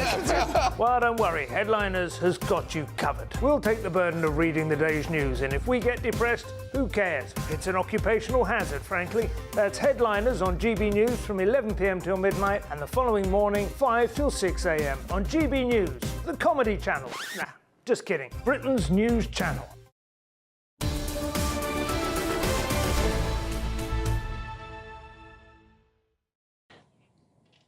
.47. Let's cross now to Labour leader Keir Starmer, who has been talking to reporters in the West Midlands. This is a really important policy because, as any parent with young children will tell you, childcare and nursery places are really essential. They're so good for children in their development and making sure that when they arrive at primary school they've got the skills that they need. Really good for parents and carers because they can get back into the labour market, so very good also for the economy. And our scheme is fully funded, fully costed, but also fully planned, so it'll be wrapped around primary schools. And just talking to some of the parents here who've got other children in the school, it'll be a real game changer for them. So this is being very positively received. Was Emily Thornberry wrong to say that your VAT policy would make class sizes in the state sector bigger? Yes. We've had the analysis by the IFS on this, which says that there'll be a negligible impact. So we're very confident about that. And finally, now for BBC, the Liberal Democrats today have said that they will increase capital gains tax and tax on big banks to try and fund some of their policies. Would you consider doing the same? And if not, are you being honest with the public about how many cuts or potential tax rises might be needed to fund some of your pledges? we're going to launch our manifesto later this week. There'll be no tax surprises in there. We're not going to increase tax on working people, and that means no increases in income tax, in national insurance and VAT. And all of our plans are, as I say, fully costed, fully funded, and they don't require tax rises over and above those that we've already set out. So there won't be any surprises when the manifesto is unveiled on Thursday. Thank you. Who's that guy in the background playing on his phone throughout the whole interview? You know, these pool things are organised well in advance. Why don't they just say to that chap, very nice of you, but could you shove out the way if you don't mind? I think he was with him. He took a picture of him at the end. I wonder if that's Keir Starmer's press guy in the background fiddling on Instagram. I didn't recognise him, not that they call me very often. Oh, that was... Can we just say also, he just said Emily Thornberry was wrong. Yeah? Well, he slapped her down pretty brutally. So that's the Absolutely. second. So she's been hung out to dry. On that, this split in the Labour Party is over this claim that class sizes in state schools will go up because of this VAT on private school fees. So we're going to talk now to Christine Cunliffe. She's who's head teacher at the private LVS school in Ascot. Morning to you. Good morning. It's pretty obvious to us that if parents can't afford to keep their children in a private school because of the hike in VAT, they're going to have to go to the local state school. And where is all this surplus space that Labour seem to think exists? It's not there. And I must admit, I nearly fell off my chair when I just heard that clip, because I heard Emily Thornberry say that yesterday, and it's been very much a topic of conversation over the last 24 hours, because ultimately class sizes will go up. There's no alternative. This could displace hundreds of thousands of children, and that has been proven. Now, where are those places, Labour government? Now, Christine, some would say, OK, well, this is coming down the line. As a head teacher of a private school, you're going to have to start cutting your cloth accordingly. You're going to have to keep the school fees the same as they are now for the parents, and you're going to have to make savings elsewhere. How do you do that? Well, I think there's many schools across the country who will not be able to, one, cut the cloth, and two, not pass on anything to the parents. At the end of the day, this is a tax on parents. It's not a tax on independent education. And if I was a parent right now, I'd be pretty annoyed that I'm being taxed on already tax-paid money for a place I'm not taking out in the state sector. So in other words, you mean we're paying tax twice if you've got kids in private school? Yeah, absolutely, 100%. And I think that's the focus is being lost then. It's a tax on parents and a choice of education. Is it going to impact on your school, Christine? Do you think some parents may have to take children out of your school? 100%. And we're talking as a sector. Our head teachers have got their heads together, and we're trying to work out what it looks like for us. And I think the surveys that are being done is that we will see a knock-off between 20 and 25% of children across the UK coming out of private education. And if that's the case, they will not raise the £1.6 billion they anticipate. They will lose the £1.6 billion, displace a number of children, and also look at the knock-on for the loss of employment and other goods and services that we provide to the economy every year. And so that's about 150,000 kids you'd be talking about then, would be. And also, in the private system, at your school, Christine, do you have to give a term's notice if you want to take your children out? So if you've got kids at private school now, you would have to go in September, whether you like it or not. If Keir Starmer comes in July and enacts this straight away, tough. You're going to have to pay that 20% between September and Christmas, but then you might have the exodus from January. Am I right? Yeah, 100%. And then there's also figures to suggest that the government's already lost £22 million since September, because there's been a 2.7% drop-off in the amount of children coming into the sector. So I think we've been seeing the knock-on of this, policy and the talk around it for over 12 months, but now we will see the real impact. It's an overtly political question. I hope you don't mind me asking, Christine. Do you see this as almost like the politics of envy from the Labour Party? I would never want to be that person that would use that term, because I'm not that kind of person, but I'm a rational person, I'm data-driven, and I cannot see the financial or economic argument behind this. We're talking about children and their well-being in the future, and I just hope it's not, because we don't want any government that runs on politics like that. Will there be parents at your school who were thinking, I might vote for Labour, give them a go this time, we've had the Conservatives a long time, but this policy will change their voting decision? Oh, yes. Now, if you think there's 600,000 children in private ed, 2 parents each, grandparents, wider family, people that are knocked on. That's a lot of votes. And I know some of my parents and how they're feeling about this and the strength of feelings there. Not that maybe there are alternatives in the country right now, but I think this could be a big dent in the voting. OK, thank you, Christine. Brilliant. Christine Cuniff, their head teacher at LVS Ascot. And it's a very good point, I think. Right, we've got to take a quick break. Ellie with the weather, don't go anywhere. A brighter outlook with Box Solar, sponsors of weather on GB News. Good morning. Welcome to your latest GB News weather from the Met Office. It's a bit of a cloudy start for many of us this morning and a damp start too, although there are some drier and brighter interludes on the way. The area of rain that we've seen sinking its way south and eastwards overnight eventually clears its way towards the southeast, but could lead to some travel disruption during the morning rush hour across eastern parts of England. It's closely followed behind by plenty of heavy and blustery showers, these perhaps turning to some longer spells of rain across parts of Scotland. Parts of Wales and southwest England seeing the best of the sunshine this afternoon, but temperatures here only around 18 or 19 degrees and struggling to reach much more than the low to mid-teens further north. As we go through the rest of Monday, there is still going to be plenty of showers around through the latter half of the afternoon, but parts of southwestern England and Wales generally staying that little bit drier and brighter, so some late sunshine here. Heavy showers still across northern parts of England and maybe 1 or 2 across Northern Ireland too, but generally staying a little bit cloudier for parts of Scotland, and those showers do continue to push in from the north, pushing their way southwards into Monday evening and into the start of Tuesday. So those showers do continue for a time through Monday evening, but they will gradually start to ease overnight, so generally turning drier for most of us as we go into the start of Tuesday. As it's turning drier, there will be plenty of clear spells around, and that will lead to temperatures dropping a little lower than we saw on the previous night, particularly across the southern half of the UK, where we could see some rural frost in places, particularly in those rural areas, with temperatures dropping down into the low single figures. That does mean that Tuesday starts a bit of a drier and brighter day for many of us. Still 1 or 2 showers around, particularly across parts of Scotland and along some eastern coasts as we head towards the afternoon, and some cloud bubbling up as well, so perhaps a bit of a cloudier end to the day. The showers across eastern parts of England, perhaps not quite as heavy as on Monday, but temperatures are still a little below average for the time of year. Only the mid to high teens further south and still in those low double figures further north. That warm feeling inside from Boxed Boilers, sponsors of weather on GB News.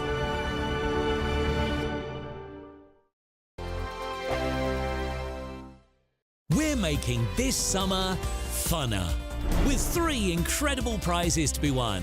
First, a fantastic £15,000 in tax-free cash that you can spend on anything you like.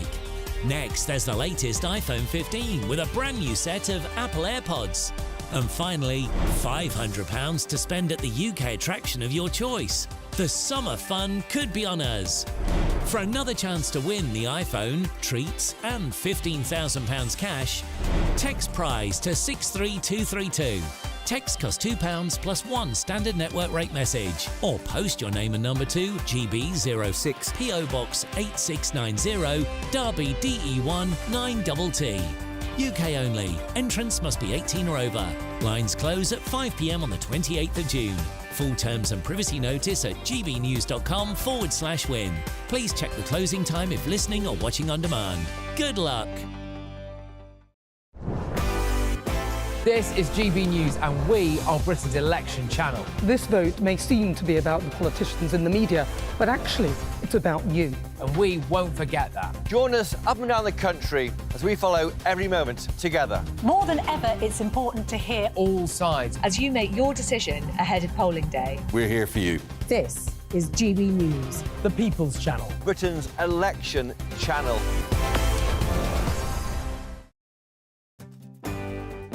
I'm Mark Dolan and this is GB News, the People's Channel, Britain's news channel. I'm Patrick Christie's. Every weeknight from 9, I bring you 2 hours of unmissable, explosive debate and headline-grabbing interviews. What impact has that had? We got death threats and the bomb threat and so on. As time passes, she could have said Stump. You made my argument for me. My guest and I tackle the issues that really matter with a sharp take on every story. It went everywhere. Something practical could be done. I can become something different. Patrick Christie's tonight from 9 p.m. only on GB News, Britain's news channel.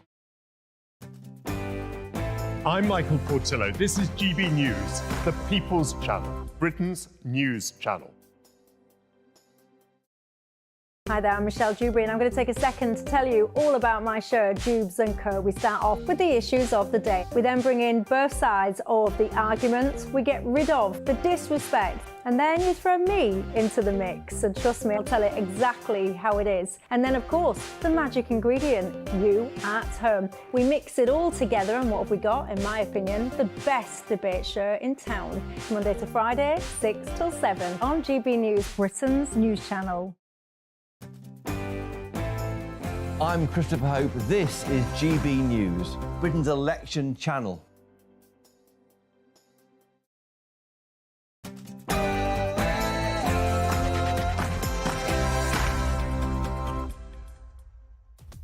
.11 a.m. on Monday the 10th of June. This is Britain's Newsroom on GB News with Andrew Pearce and Bev Turner. Thanks for joining us. So, Labour Party split. Keir Starmer has slapped down Emily Thornberry after she suggested Labour's plan to impose VAT on private school fees could lead to larger class sizes in the state sector. And tributes are being paid to the TV doctor Michael Mosley after his body was found after a 4-day search in the Greek island of Symi. It's reported he was just yards from safety. And is the EU in meltdown? Emmanuel Macron has called a snap election. After a resounding defeat in European elections, he's warned the hard right was progressing everywhere in Europe. And talking of the right, Suella Braverman says unite the right. That's the message from the former Home Secretary as she calls on Conservatives to embrace that man, Nigel Farage.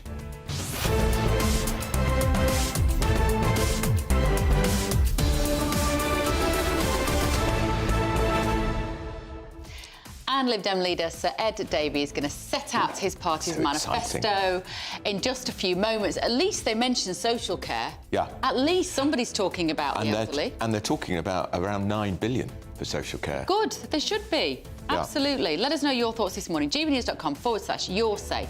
First, the very latest news with Ray Addison.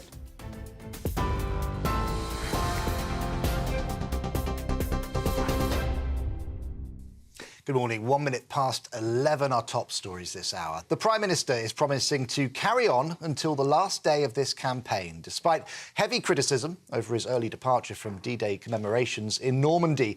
It comes after Rishi Sunak kept a low profile over the weekend, avoiding questions from reporters on Saturday. There were also rumours that he may even step down, which were quickly denied by Downing Street. Now he's vowing that he will not stop, quote, fighting for the future of our country. Well, the Prime Minister is promising to recruit 8,000 neighbourhood police officers in England and Wales if the Tories are re-elected. Rishi Sunak says the plan would be funded in part by hiking visa fees and increasing the immigration health surcharge for overseas students. However, Labour's calling it another empty promise from a, quote, desperate Conservative party. Policing Minister Chris Philp says the Tory target is to build on the recent recruitment of officers. We are pledging to recruit another 8,000 police officers on top of the record numbers we've already got. Those extra 8,000 officers will be dedicated to neighbourhood policing. That means patrolling your local high street, patrolling the areas where you and me and your listeners and viewers live, visibly patrolling, catching criminals, preventing crime, reassuring the public. Well, Labour's promising to deliver free breakfast clubs in schools, part of a new childcare plan that they say will save parents over £400 a year. They're also claiming it will cut almost 500,000 days of school absences.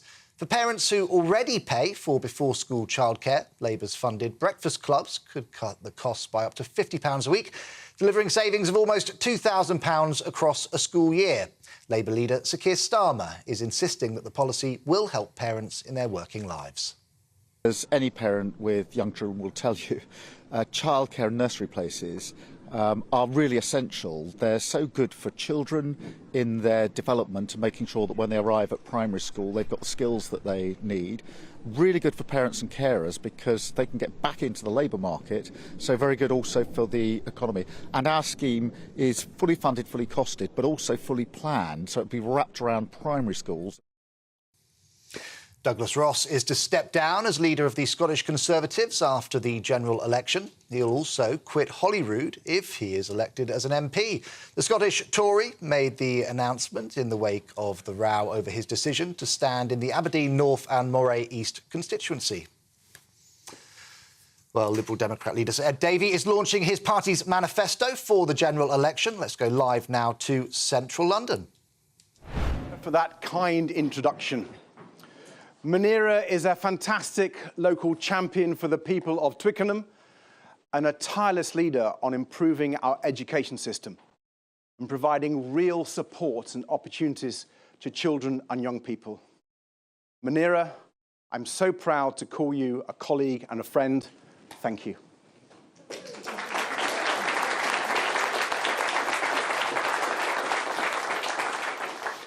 And thank you all for coming here today to help me unveil the Liberal Democrat manifesto.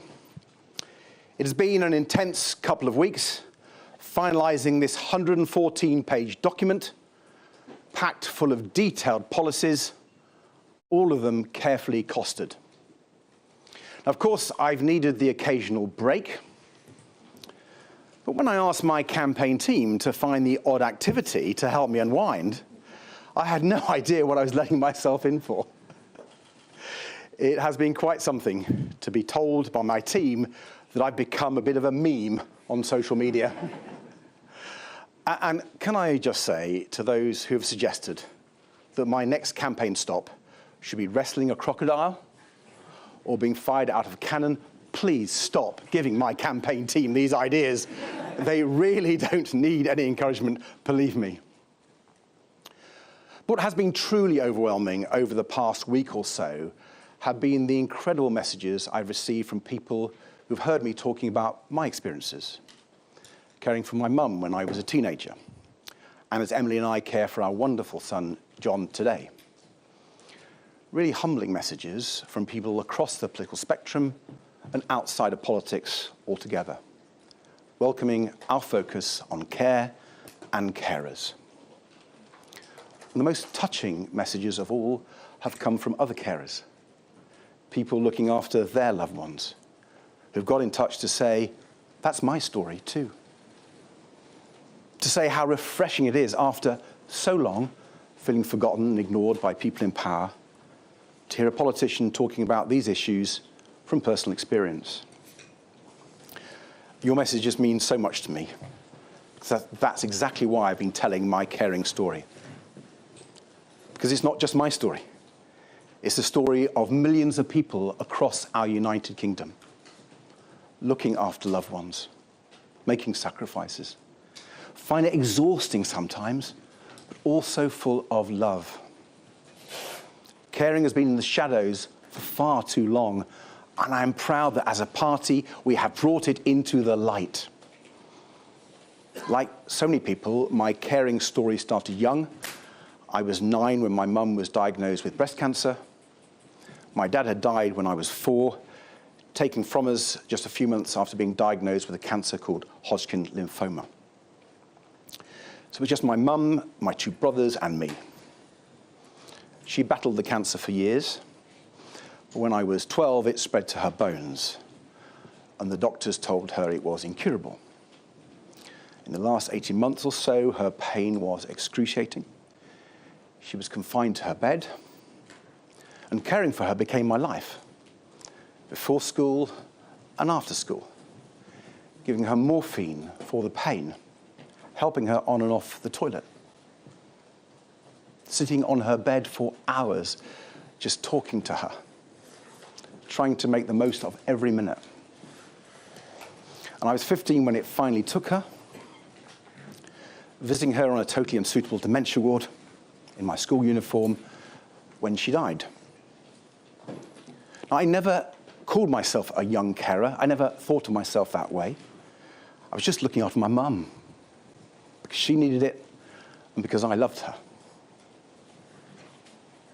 And in these last few years, I've been privileged to meet many young carers from all over the country, and I hear the same thing from them. Now, all of their stories are very different, and yet, in so many ways, they are also the same. Whether it was the young woman who told me how hard it had been to concentrate at school after nights spent looking after her dad, or the girl who said she sometimes feels like nothing but a carer. I know how that can feel. And similarly, when I speak to parents looking after disabled children, or people caring for a parent or a partner who is ill or frail, I hear echoes of my own experiences caring for John. How close it makes you. What a special bond you share. But also how relentless it can feel. Physical challenges, the lack of a break, all the paperwork, the appointments, the phone calls, how often it can feel like no one understands. And how much of a difference just a little extra support can make. And these are the experiences that we must bring out of the shadows. Because the truth is that unless we properly value care, unless we properly support carers, we will never be able to fix the crisis in our NHS or get our economy back on track. And that's why I'm so proud that the Liberal Democrats have put health and care at the heart of our campaign in this general election, and at the heart of our manifesto too. Because there is no doubt that both the NHS and care are in crisis. More than 6 million people stuck on hospital waiting lists. People are waiting hours in pain for an ambulance to arrive, or weeks to see a GP or an NHS dentist, if they can even find one. Tens of thousands of cancer patients are waiting months to start urgent treatment. Months! When every day could make all the difference. Hospital roofs are literally crumbling, and the Conservatives have broken their promise to build 40 new ones. Talk to anyone in the NHS and they will tell you a major cause of the crisis in our health service is the crisis in social care. Right now, there are thousands of people stuck in hospital beds well enough to be discharged but unable to leave because the care they need at home or in a care home simply isn't there. After years of Conservative chaos and neglect, the scale of the challenge is enormous. So our manifesto doesn't shy away from that. We are putting forward a bold, ambitious and fully costed plan to tackle the health and care crisis from top to bottom. This is a manifesto to save the NHS.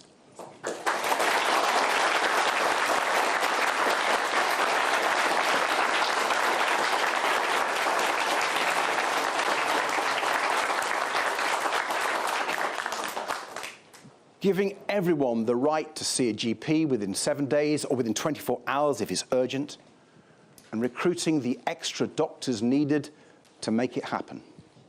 Improving access to dentists and pharmacists too, because we understand that if more people can get the early care they need locally, fewer people will end up in hospital in the first place. Giving cancer patients the care they deserve with a cast-iron guarantee that they will start treatment within 2 months. And investing in radiotherapy machines, in more cancer nurses, and in cancer research to find the next breakthrough treatments. Finally, treating mental health on an equal footing with physical health. With new mental health hubs for young people, regular mental health checkups when people need them, and a dedicated, qualified mental health professional in every school. Investing in public health, because we know that it's far better and far cheaper to prevent illness than it is to treat it. And on care. We have an equally bold plan to make sure everyone gets the support they need. People who need care, the amazing care workers who provide it, and the unpaid family carers who provide it too. So, we will introduce free personal care, embodying the same principles that underpin our NHS, where care is provided based on need, not on ability to pay. We will value care workers properly and help to fill the more than 150,000 vacancies in social care by introducing a new, higher minimum wage, especially for care workers, and setting up a new Royal College of Care Workers. And we will give family carers a fair deal, starting by overhauling the broken carers allowance system so that it provides real financial support to those who need it. Just imagine what this would all mean for people across our country. Instead of being stuck in an overcrowded hospital ward, thousands of people could come home to be cared for by their family, with both the professional carers and the financial support they need to make it work. We can transform cancer care and boost survival rates to among the best in the world. We can help people live more years of their lives in good health with all the benefits that that brings with it. We can make sure everyone can see a doctor or dentist locally when they need one, ending these appallingly long waiting times, taking the pressure off the rest of the NHS. We can get people off waiting lists and into work, getting our economy growing strongly again too. We can save our NHS. We can fix the care crisis. We can give people a fair deal. Now, I know when you look at the state of the NHS and care today, this might all seem a long way off. And there's no doubt that it will take a lot of time and a lot of hard work to repair the terrible damage the Conservatives have done over so many years. But our manifesto sets out how it can be achieved. And Liberal Democrat candidates across the country are ready and able to work tirelessly to achieve it. So every vote for the Liberal Democrats at this election is a vote to elect a strong local champion who will fight every day for the NHS and care.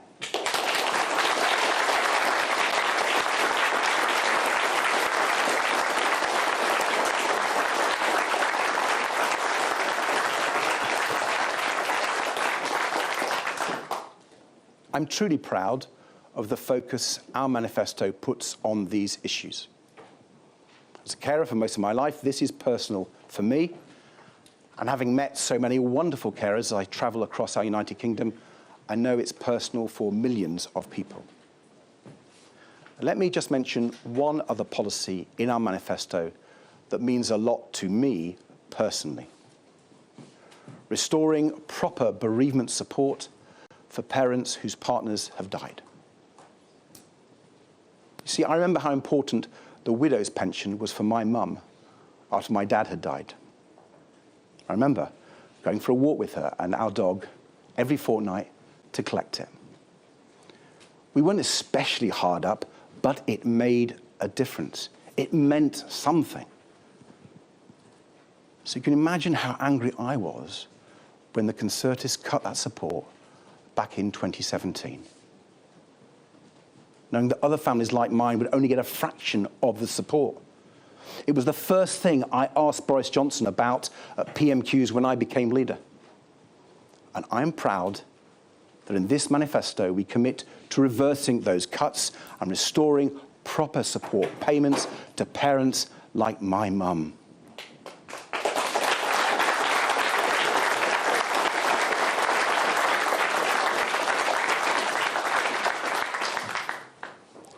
There's so much more I'm proud of in our manifesto. Our clear plan to end the scandal of raw sewage being dumped into our rivers and onto our beaches, and to hold the water companies to account for the damage they've done. Our policies to solve the cost of living crisis for the long term. From an emergency home energy upgrade programme to cut people's energy bills, to a national food strategy, including free school meals. Our commitment to restoring proper community policing and guarantee that every burglary will be attended by the police and investigated, so that everyone can feel safe in their own homes and walking down their own streets. Fixing our broken relationship with Europe. Rebuilding the ties of trade and friendship. Boosting our economy and restoring Britain's role on the world stage.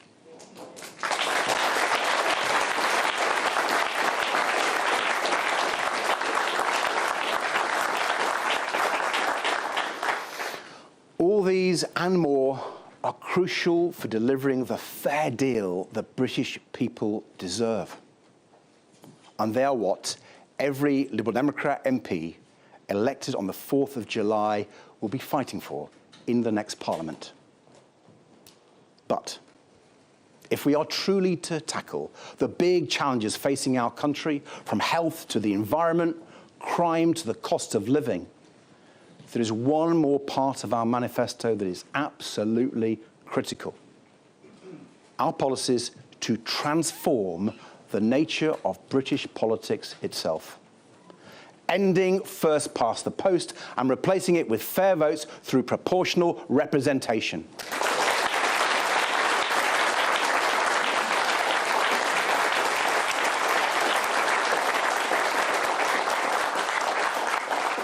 Getting big money out of politics with a cap on donations to political parties. Shifting power out of the centre so local decisions are made by and for the people and communities they affect. Putting real power in people's hands and holding the overpowerful properly to account. Because this election has to be more than just a change of government. We must do more than get the Conservatives out, essential though that is. We must transform our politics for good. So politicians have to respond to people's dreams and desires, because that is the only way we will bring the real change our country needs. It's the only way we will deliver a fair deal. A fair deal where everyone can afford a decent home, somewhere safe and clean, with a comfortable retirement when the time comes, where every child can go to a good school and have real opportunities to fulfil their potential, where everyone can get the high-quality healthcare they need, when they need it, and where they need it. That is the fair deal that runs throughout our manifesto. That is the fair deal that Liberal Democrats are fighting for. And at this election, every vote for the Liberal Democrats is a vote to make that fair deal happen. Thank you. So that's Ed Davey talking in Twickenham, a seat which they already hold. I thought they might have gone to a margin which they're hoping to win, but they've obviously got a strong presence there. We've got the panel back with us. Nikki and Emma, very moving, talking about he was a carer for his mum who died when he was 15 and she was just 36, brought up by his grandparents, and then his grandmother had dementia, and of course we know he's looking after his teenage boy, John, who's 16, I think, and he's got a neurological condition which means he can't walk or talk. And I think, actually, Ed Davey has quite a credible human story, and the more I see of him, the more it is overcoming this taint, this whole Horizon scandal, which I think has damaged him profoundly. Because he was the Post Office Minister he was the Post Office crucial Minister moment. During the Post Office scandal, and he has been, blamed, rightly or wrongly, for really not intervening and not being across that, which I think for a lot of people has been the overwhelming thing that they know about Sir Ed Davey. But I think that human story is extremely credible. I think it would be hard to argue with a lot of those manifesto pledges. I think, a fair deal for children, things like, actually, proportional representation, ending that kind of stranglehold, the first-past-the-post system. I think, however, this is too little too late, sadly, for the Lib Dems. I haven't heard much from them at all over the past few years, and suddenly he's coming out and he's doing human, and, I think what he has been through, it changes you profoundly, doesn't it? Yeah. What he's been through with his mother, and about, sure, your own personal story, but what he's been through with a teenage son who's profoundly disabled. I think that he has been through a lot, and I respect him, and I like a lot of what is in his manifesto. Do I believe it's going to make much of a difference or much of an impact? No, I don't. Not at this stage. Nikki, they're really an issues party now, aren't they? He almost set out there that what they would like to do is hold power to account over social care, over the role of carers in this country. I think it's probably important that we have them in that regard. They may not win many seats. Yeah, of course it is. And if they feel that they can't win, then that's exactly what they should be doing. That's completely appropriate to be a credible, if not opposition, then challenging party, I suppose. I mean, it's interesting thinking about, you know, what Emma just said about we haven't heard much from them for several years, and it's true. And I wonder what that stems from. Is it that they're not good at getting their message out? Is it that they're not good at canvassing and kind of being in communities? Or is it that the media doesn't want to listen to them? And, you know, it's interesting. They've got about 14 or 15 MPs, which means he doesn't even get to get a question every week and Prime Minister's questions because he's a leader of a minor party, and that's how it works. But then in terms of, you think that what they would do is that their social media and their PR strategy would be everything that they lived and died by. You know, and that's what I do, hire young people who could absolutely work social media and all we've seen him doing is making a complete fool of himself in the campaign by throwing himself in the water at every opportunity. Yeah, absolutely. But they need, and I do think this is a problem with the party, you know, I feel that they need somebody younger and fresher, even if he is very credible and he has got these personal experiences and this long-held political experience that make him viable.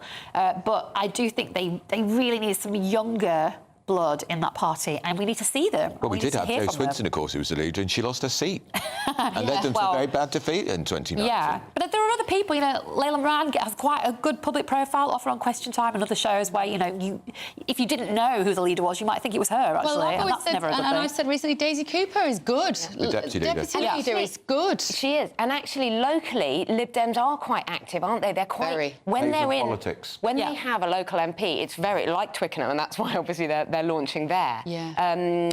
Is it Sarah Olney? I can't remember her name. In Twickenham. I've forgotten who it is. No, it's Manira Mercy. Mazira. Yeah, no. But I think they're very good as local MPs. Exactly. And it's almost like, how do you square that with our political system? Manira Wilson. Somebody who's really good at looking at organising the bin collection and making sure your one-way system works in your area. How do those people then translate into running a country on a global stage? It's almost sort of two different skill sets. But you're right, and Nikki's right about raising those issues, particularly around health and social care, which seems to be, you know, the big thing of this manifesto. Actually, it's the thing that he has concentrated most on. And it will put the pressure on the other two parties. And that does put the pressure on, and it raises those issues. It gets it onto the kind of political agenda. Social care at all. Not really. Neither Starmer or Sunak. Exactly. And it's disappointing and actually quite surprising that Labour didn't lean into that, because that's such an easy win for them if that had been in the manifesto, you know, their manifesto. And it's such a big issue as well. If you think of your lives, every family is worried about it. Every family has elderly parents above, younger children below. Not every family, but pretty much all families are dealing with this in some way. Eventually, we will all need some level of social care, not just NHS. And it's so odd that this is eternally, and I think it's because it's a female thing, it's a low-paid profession, you know, it's not being sexy, a carer. is it? It's not sexy, it's not world stage stuff. You're never going to get a handshake with Zelensky or whoever about this stuff. And maybe it's also such a fundamental part. And during the pandemic, we cheered the carers, didn't we? Absolutely. That way it seems like we've forgotten about them. Exactly. They can't go to work, and they would get, for very little pay, unglamorous work. And I suppose the point is they're going, you know, paid carers do it because maybe sometimes it's one of the only jobs they can do. Lots of people do it because they have deep compassion. People care for their families and their friends because there's no other choice. You're not going to leave people. So I guess, you know, all those things they seem politically less important to parties. But, you know, Emma is completely right. This is something that will touch all of our lives. And perhaps one of the problems is that we don't know how to solve the social care issues. And therefore, that's why parties don't talk about it. We're just going to go back to Ed Davies' manifesto launch, because Chris Hope, our political editor, is in the press pool, and he'll be asking questions. So let's have another listen to Sir Ed Davey. Whether it's investing in primary care, GPs, NHS dentists, community pharmacists, so people don't have to go to hospital, or investing in care, whether it's, you know, formal social care or family care, so people can come out of hospital more quickly or don't end up going to hospital so much. This is a way which could transform it. And the reason why I think others will start looking at this idea seriously is because it's right, because it's well thought through. And you know what? I'm hoping someone's going to ask me about the costings in a minute, because you know, I've gone through the detail, and we're really cautious, because in these costings we haven't done what some of the experts have advised us to do, which is to include the savings we'll get. So, free personal care, according to the Institute of Public Policy Research, by the end of the decade, will be reaping possibly up to £3 billion a year in savings to the NHS. We haven't included that in our costings because we're being cautious. But what it does show to the next Parliament, MPs of all parties, that you take this approach and we can save our NHS. I mean, that's so important. I am sick and tired of Tory MPs sort of saying they've sorted it out and then meeting people across the country who can't get a GP appointment, who've waited for hours for an ambulance, who can't find an NHS dentist. There was an NHS dentist in my constituency in Chessington who told me when I went to visit them that they'd had to look after a pregnant woman from Cornwall who couldn't find an NHS dentist except in Chessington. This is the state of our NHS under the Tories, and we are going to reform it, and we have the ideas, and elections should be about ideas, and we've got the best ones.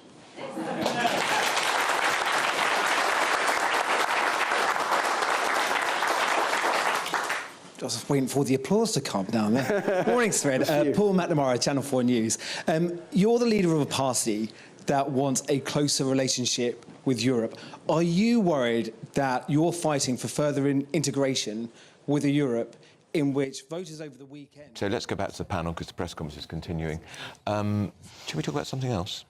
If you'd like. I think we should. All right, Nikki, we do want to go back to hear Chopper's question in just a moment, but let's just briefly touch upon the Prince of Wales apologising for not making it to D-Day. Yeah, so Kate, obviously, still undergoing preventative chemotherapy or resting from it. We haven't heard from her at all, really. But she's written to say that she apologises for missing a military parade on Saturday, saying, being your colonel remains a great honour, and I'm very sorry that I'm unable to take this salute at this year's Colonel's Review. Because we have Trooping the Colour this weekend. Yes. And that's the official birthday of the monarch. And it was a lovely letter she wrote to them yesterday saying, really sorry I couldn't be there at the final sort of rehearsal. And I think for a few people it raised the hope that she would be there next Saturday for Trooping the Colour. She's obviously very, really has gone through a lot. But isn't it funny how the country, Nikki and I were talking about this, whether you're sort of Republican or ardent royalist, the country have really, really got behind Catherine and really care. And it will be such a sort of boost when we see her. There'll be a real upswell, I think, of genuine emotion when we see her again out and about. And I think it is good and important that she's been allowed to rest and that people have left her alone, because that's exactly what is required when you're so poorly. She's got 3 kids as well, remember? Young children. I know people say, oh, she's royal, she's got help. That's not the point. They don't live in a mansion. No. And it's not the point. It's not the point about the emotional toll. If you're very ill as a mum, she's barely older than me, and the idea that I would be that poorly with my little girl, it's completely terrifying. Imagine the conversation she's absolutely, having to have with those children. Absolutely. And there's this sort of mystery around the fact that her mother was in a car crash on a country road, and that was in... nobody knows how serious that was. It was reported in the press, and then that sort of... We just don't know how much support she's got at home at the moment, because ordinarily, and especially in that family, her mum is such a great emotional housekeeper for those They're a very close family, aren't they? And if Princess of Wales is not able to fulfil that emotional weight of 3 young children, which is a lot, you'd hope that Granny is stepping in, and maybe Granny is also not very well. Absolutely. Right, we're going to be... We've got a lot more to come in the next half an hour. Let's get the very latest headlines now. Ray Addison's here.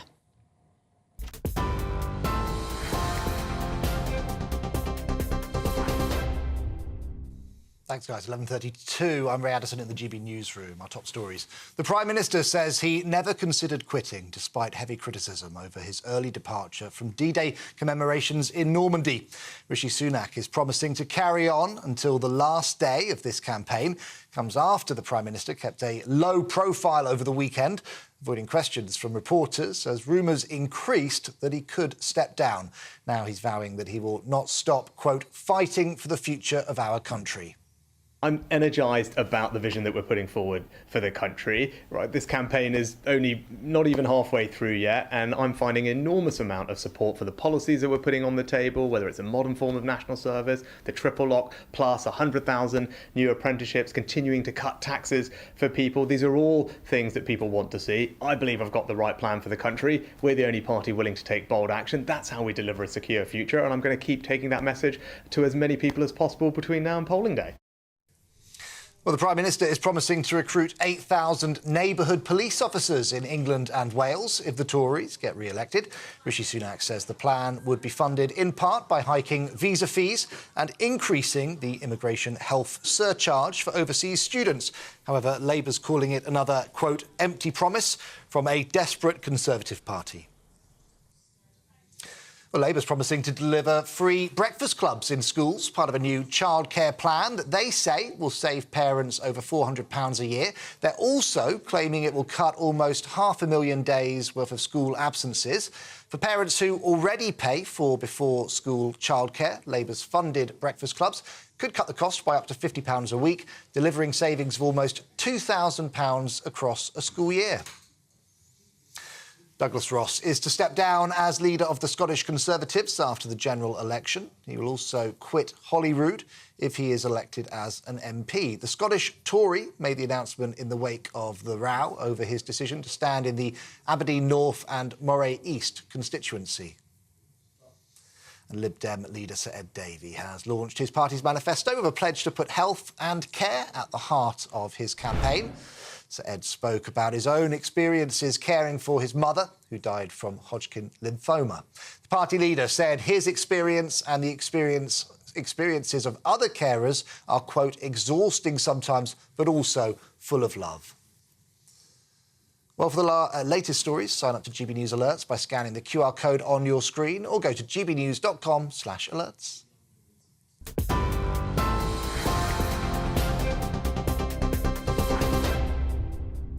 To the membership. So it's 11:35 and Emily and Tom are here to tell us what's coming up on the show, but we're just discussing who Keir Starmer really is. Yeah, you have more of a theory on this, don't you, Tom? Well, I've been reading the very good biography of Keir Starmer by a guy called Tom Baldwin. I used to work with him on the Times years ago. Yeah, I was reading it over the weekend, and I'm only a few chapters in, but I'm determined to have finished it well before he becomes Prime Minister, as I expect he will. And I think that's a fair assumption. And I think it's very, very interesting how steeped in politics Keir Starmer's childhood was. And very often he's sort of being compared to Tony Blair as things stand. Tony Blair was not a particularly political or hardline activist in his youth. Keir Starmer really was, by all accounts, even from his school reports, they note how radical he was as a young, idealistic, sort of political being. And that's what every teacher wants, eh? Yeah. I'm sure it's a delight to teach in class. But by all accounts, very, very bright.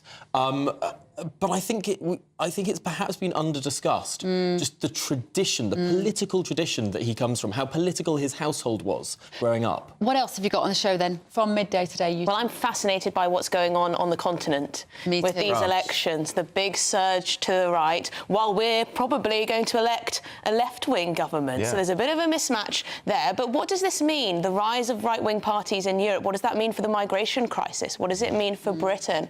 What will we see in terms of diplomacy in our relations with these countries? It's very interesting indeed, very difficult one for the European Union. And we'll have ramifications here. Starmer will be feeling pretty isolated if he becomes Prime Minister with all these right-wing... if the election goes the wrong way for Macron, which I think it will. Yes, he will, there's yes. lots of big questions over why Macron has made the decision that he has. One of the theories doing the rounds is that in 2027 there's the presidential election, separate from the legislative election that he's called early. And there was a big question mark about whether Marine Le Pen and the what used to be the National Front and is now the National Rally would win in 2027.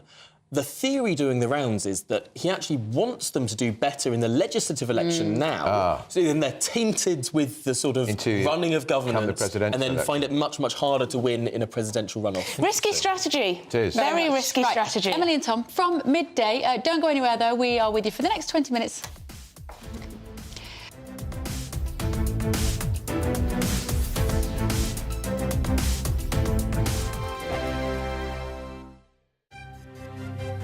GB News Breakfast, every day from 6 a.m. Joint CEO at the UK Sepsis Trust, Dr. Ron Daniels. Very good to see you this morning. Why is it with sepsis we sort of hear very little about it in day-to-day life until there's either a big story or a big tragedy? Why is that? Is it common? Well, it's astonishing, isn't it? We have a condition here that affects nearly 250,000 people across the UK each year and claims 48,000 lives. And just for context, breast cancer, and I'm not diminishing how horrible that can be, claims 11,000 lives. So sepsis is 4 times more prolific as a killer. I think the reason we don't hear about it is because it doesn't really belong to any particular speciality of doctors. It touches every aspect of healthcare, and therefore there's no professional group to be championing it, which means it needs an advocacy organisation like ours. My understanding is that it's when your own immune system starts to attack the tissues, but by the time people realise that their temperature isn't just flu or something, they can often be in quite a perilous state. It arises in people of any age, people with whether or not they've got underlying illness, and it can arise as a consequence of any infection. So it presents hugely differently. So what do we do? If you're concerned something is devastatingly wrong, there are 6 key symptoms to look for, and they spell the word sepsis.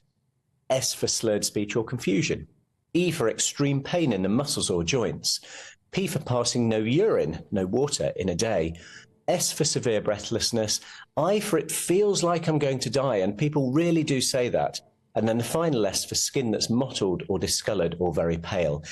Any one of those 6 in the context of infection, it goes straight to A&E. The People's Channel. This is GB News, and we are Britain's election channel. This vote may seem to be about the politicians in the media, but it's actually about you. And we won't ever forget that. Join us up and down the country as we follow every moment together. Now, more than ever, it's important to hear all sides as you make your decision ahead of polling day. We're here for you. This is GB News. The People's Channel. Britain's election channel. I'm Patrick Christie's. Every weeknight from 9, I bring you 2 hours of unmissable, explosive debate and headline-grabbing interviews. What impact has that had? We got death threats and the bomb threats on. As time passes, She could have said stump. You made my argument for me. My guests and I tackle the issues that really matter with a sharp take on every story. Went everywhere. something practical could be done. Or I can become something different. Patrick Christie's tonight from 9 p.m. only on GB News, Britain's news channel.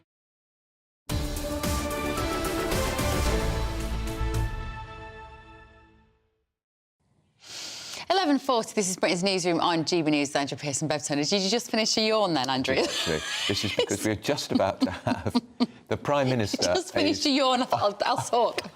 On the election campaign, of course, there was a rumour, well, it started with some of the Sunday papers, did he actually consider resigning after the debacle over D-Day? Well, apparently not. And anyway, he's been asked about it on the campaign trail today. Let's have a listen. Not. I'm energised about the vision that we're putting forward for the country. Right, this campaign is only not even halfway through yet, and I'm finding an enormous amount of support for the policies that we're putting on the table, whether it's a modern form of national service, the triple lock, plus 100,000 new apprenticeships, continuing to cut taxes for people. These are all things that people want to see. I believe I've got the right plan for the country. We're the only party willing to take bold action. That's how we deliver a secure future, and I'm going to keep taking that message to as many people as possible between now and polling day. But Prime Minister, your MPs are increasingly despairing. Leaving D-Day early is going to go down as a historic mistake. You can't really stand there and pretend that things are going well.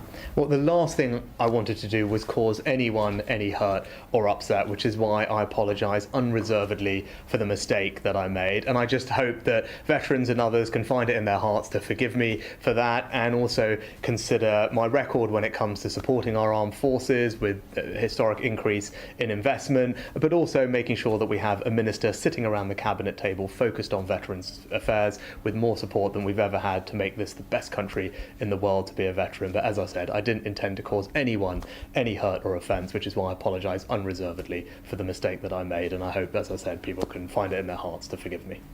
Douglas Ross has just announced that he's going to stand down as leader of the Scottish Tories. There are questions about his handling of David Dougard and his seat selection.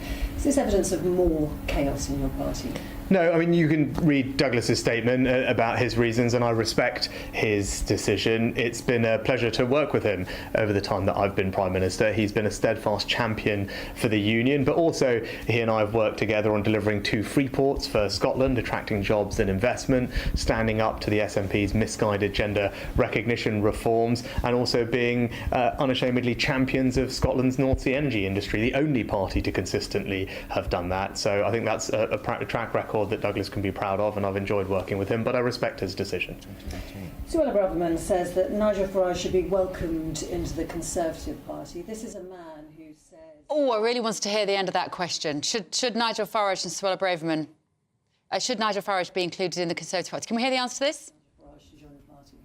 Well, it's a question for Nigel Farage what he meant by those comments. I'm not going to get involved in that because I don't think it's good for our politics or indeed our country. But what I can say is only one of 2 people will be Prime Minister on July the 5th, Keir Starmer or I. A vote for anyone who's not a Conservative candidate just makes it more likely that Keir Starmer is Prime Minister. So if you're someone who believes in bringing down migration, wanting your taxes cut, protecting pensions, increasing investment in our defence, or adopting a proportionate, pragmatic approach to net zero which saves people money, I'm the person that's going to deliver that from you. Keir Starmer is not, and that's the choice for people come July 4th.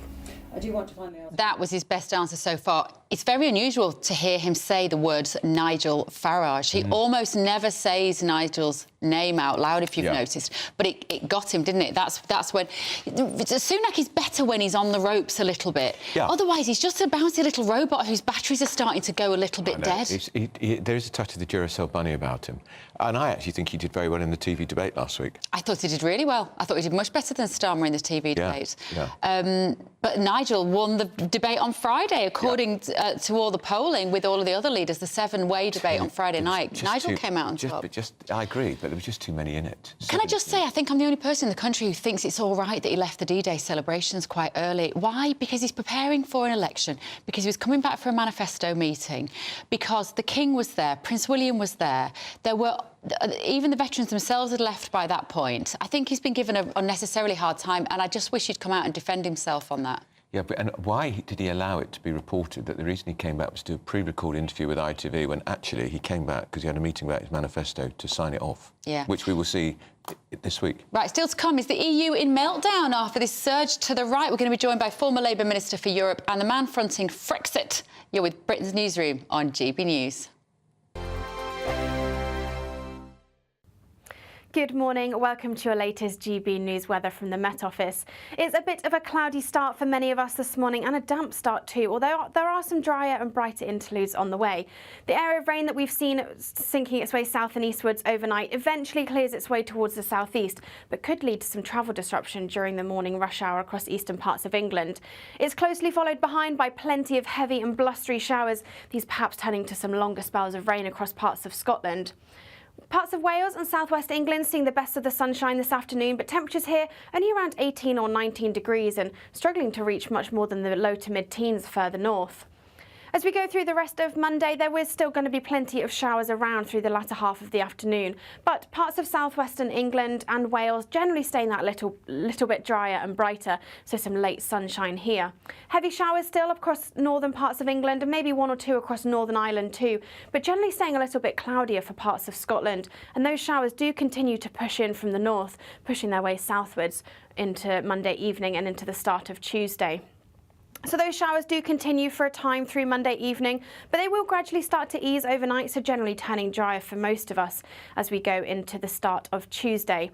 As it's turning drier, there will be plenty of clear spells around, and that will lead to temperatures dropping a little lower than we saw on the previous night, particularly across the southern half of the UK, where we could see some rural frost in places, particularly in those rural areas, with temperatures dropping down into the low single figures.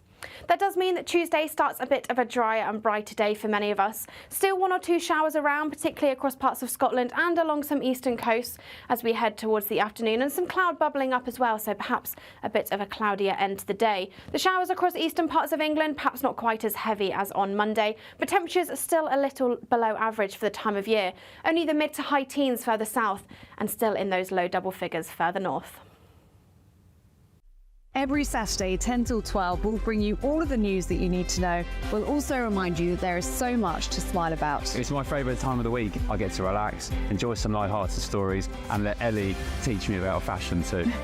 That's Saturday Morning Live, every Saturday, 10 till 12. Only on GB News, Britain's news channel. We're proud to be GB News, the People's Channel. And as you know, we always love to hear your views. Now, there's a new way of getting in touch with us at gbnews.com/your say. By commenting, you can be part of a live conversation and join our GB News community. You can even talk to me, Bev Turner, or any of the members of the GB News family. Join me, Neil Oliver, every Sunday night at 6 p.m. on GB News. And if an hour is not nearly enough for you, go to gbnews.com for special extended episodes online every Friday at 9 p.m, where we can truly get into the nitty-gritty of what's going on. GB News, Britain's news channel.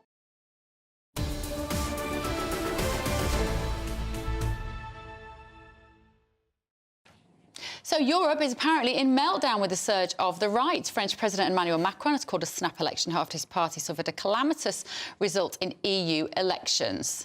In the humiliating defeat, Marine Le Pen's national rally reached more than twice Macron's party's vote share. Meanwhile, in Belgium, poor general election results led to the Prime Minister there pledging to quit.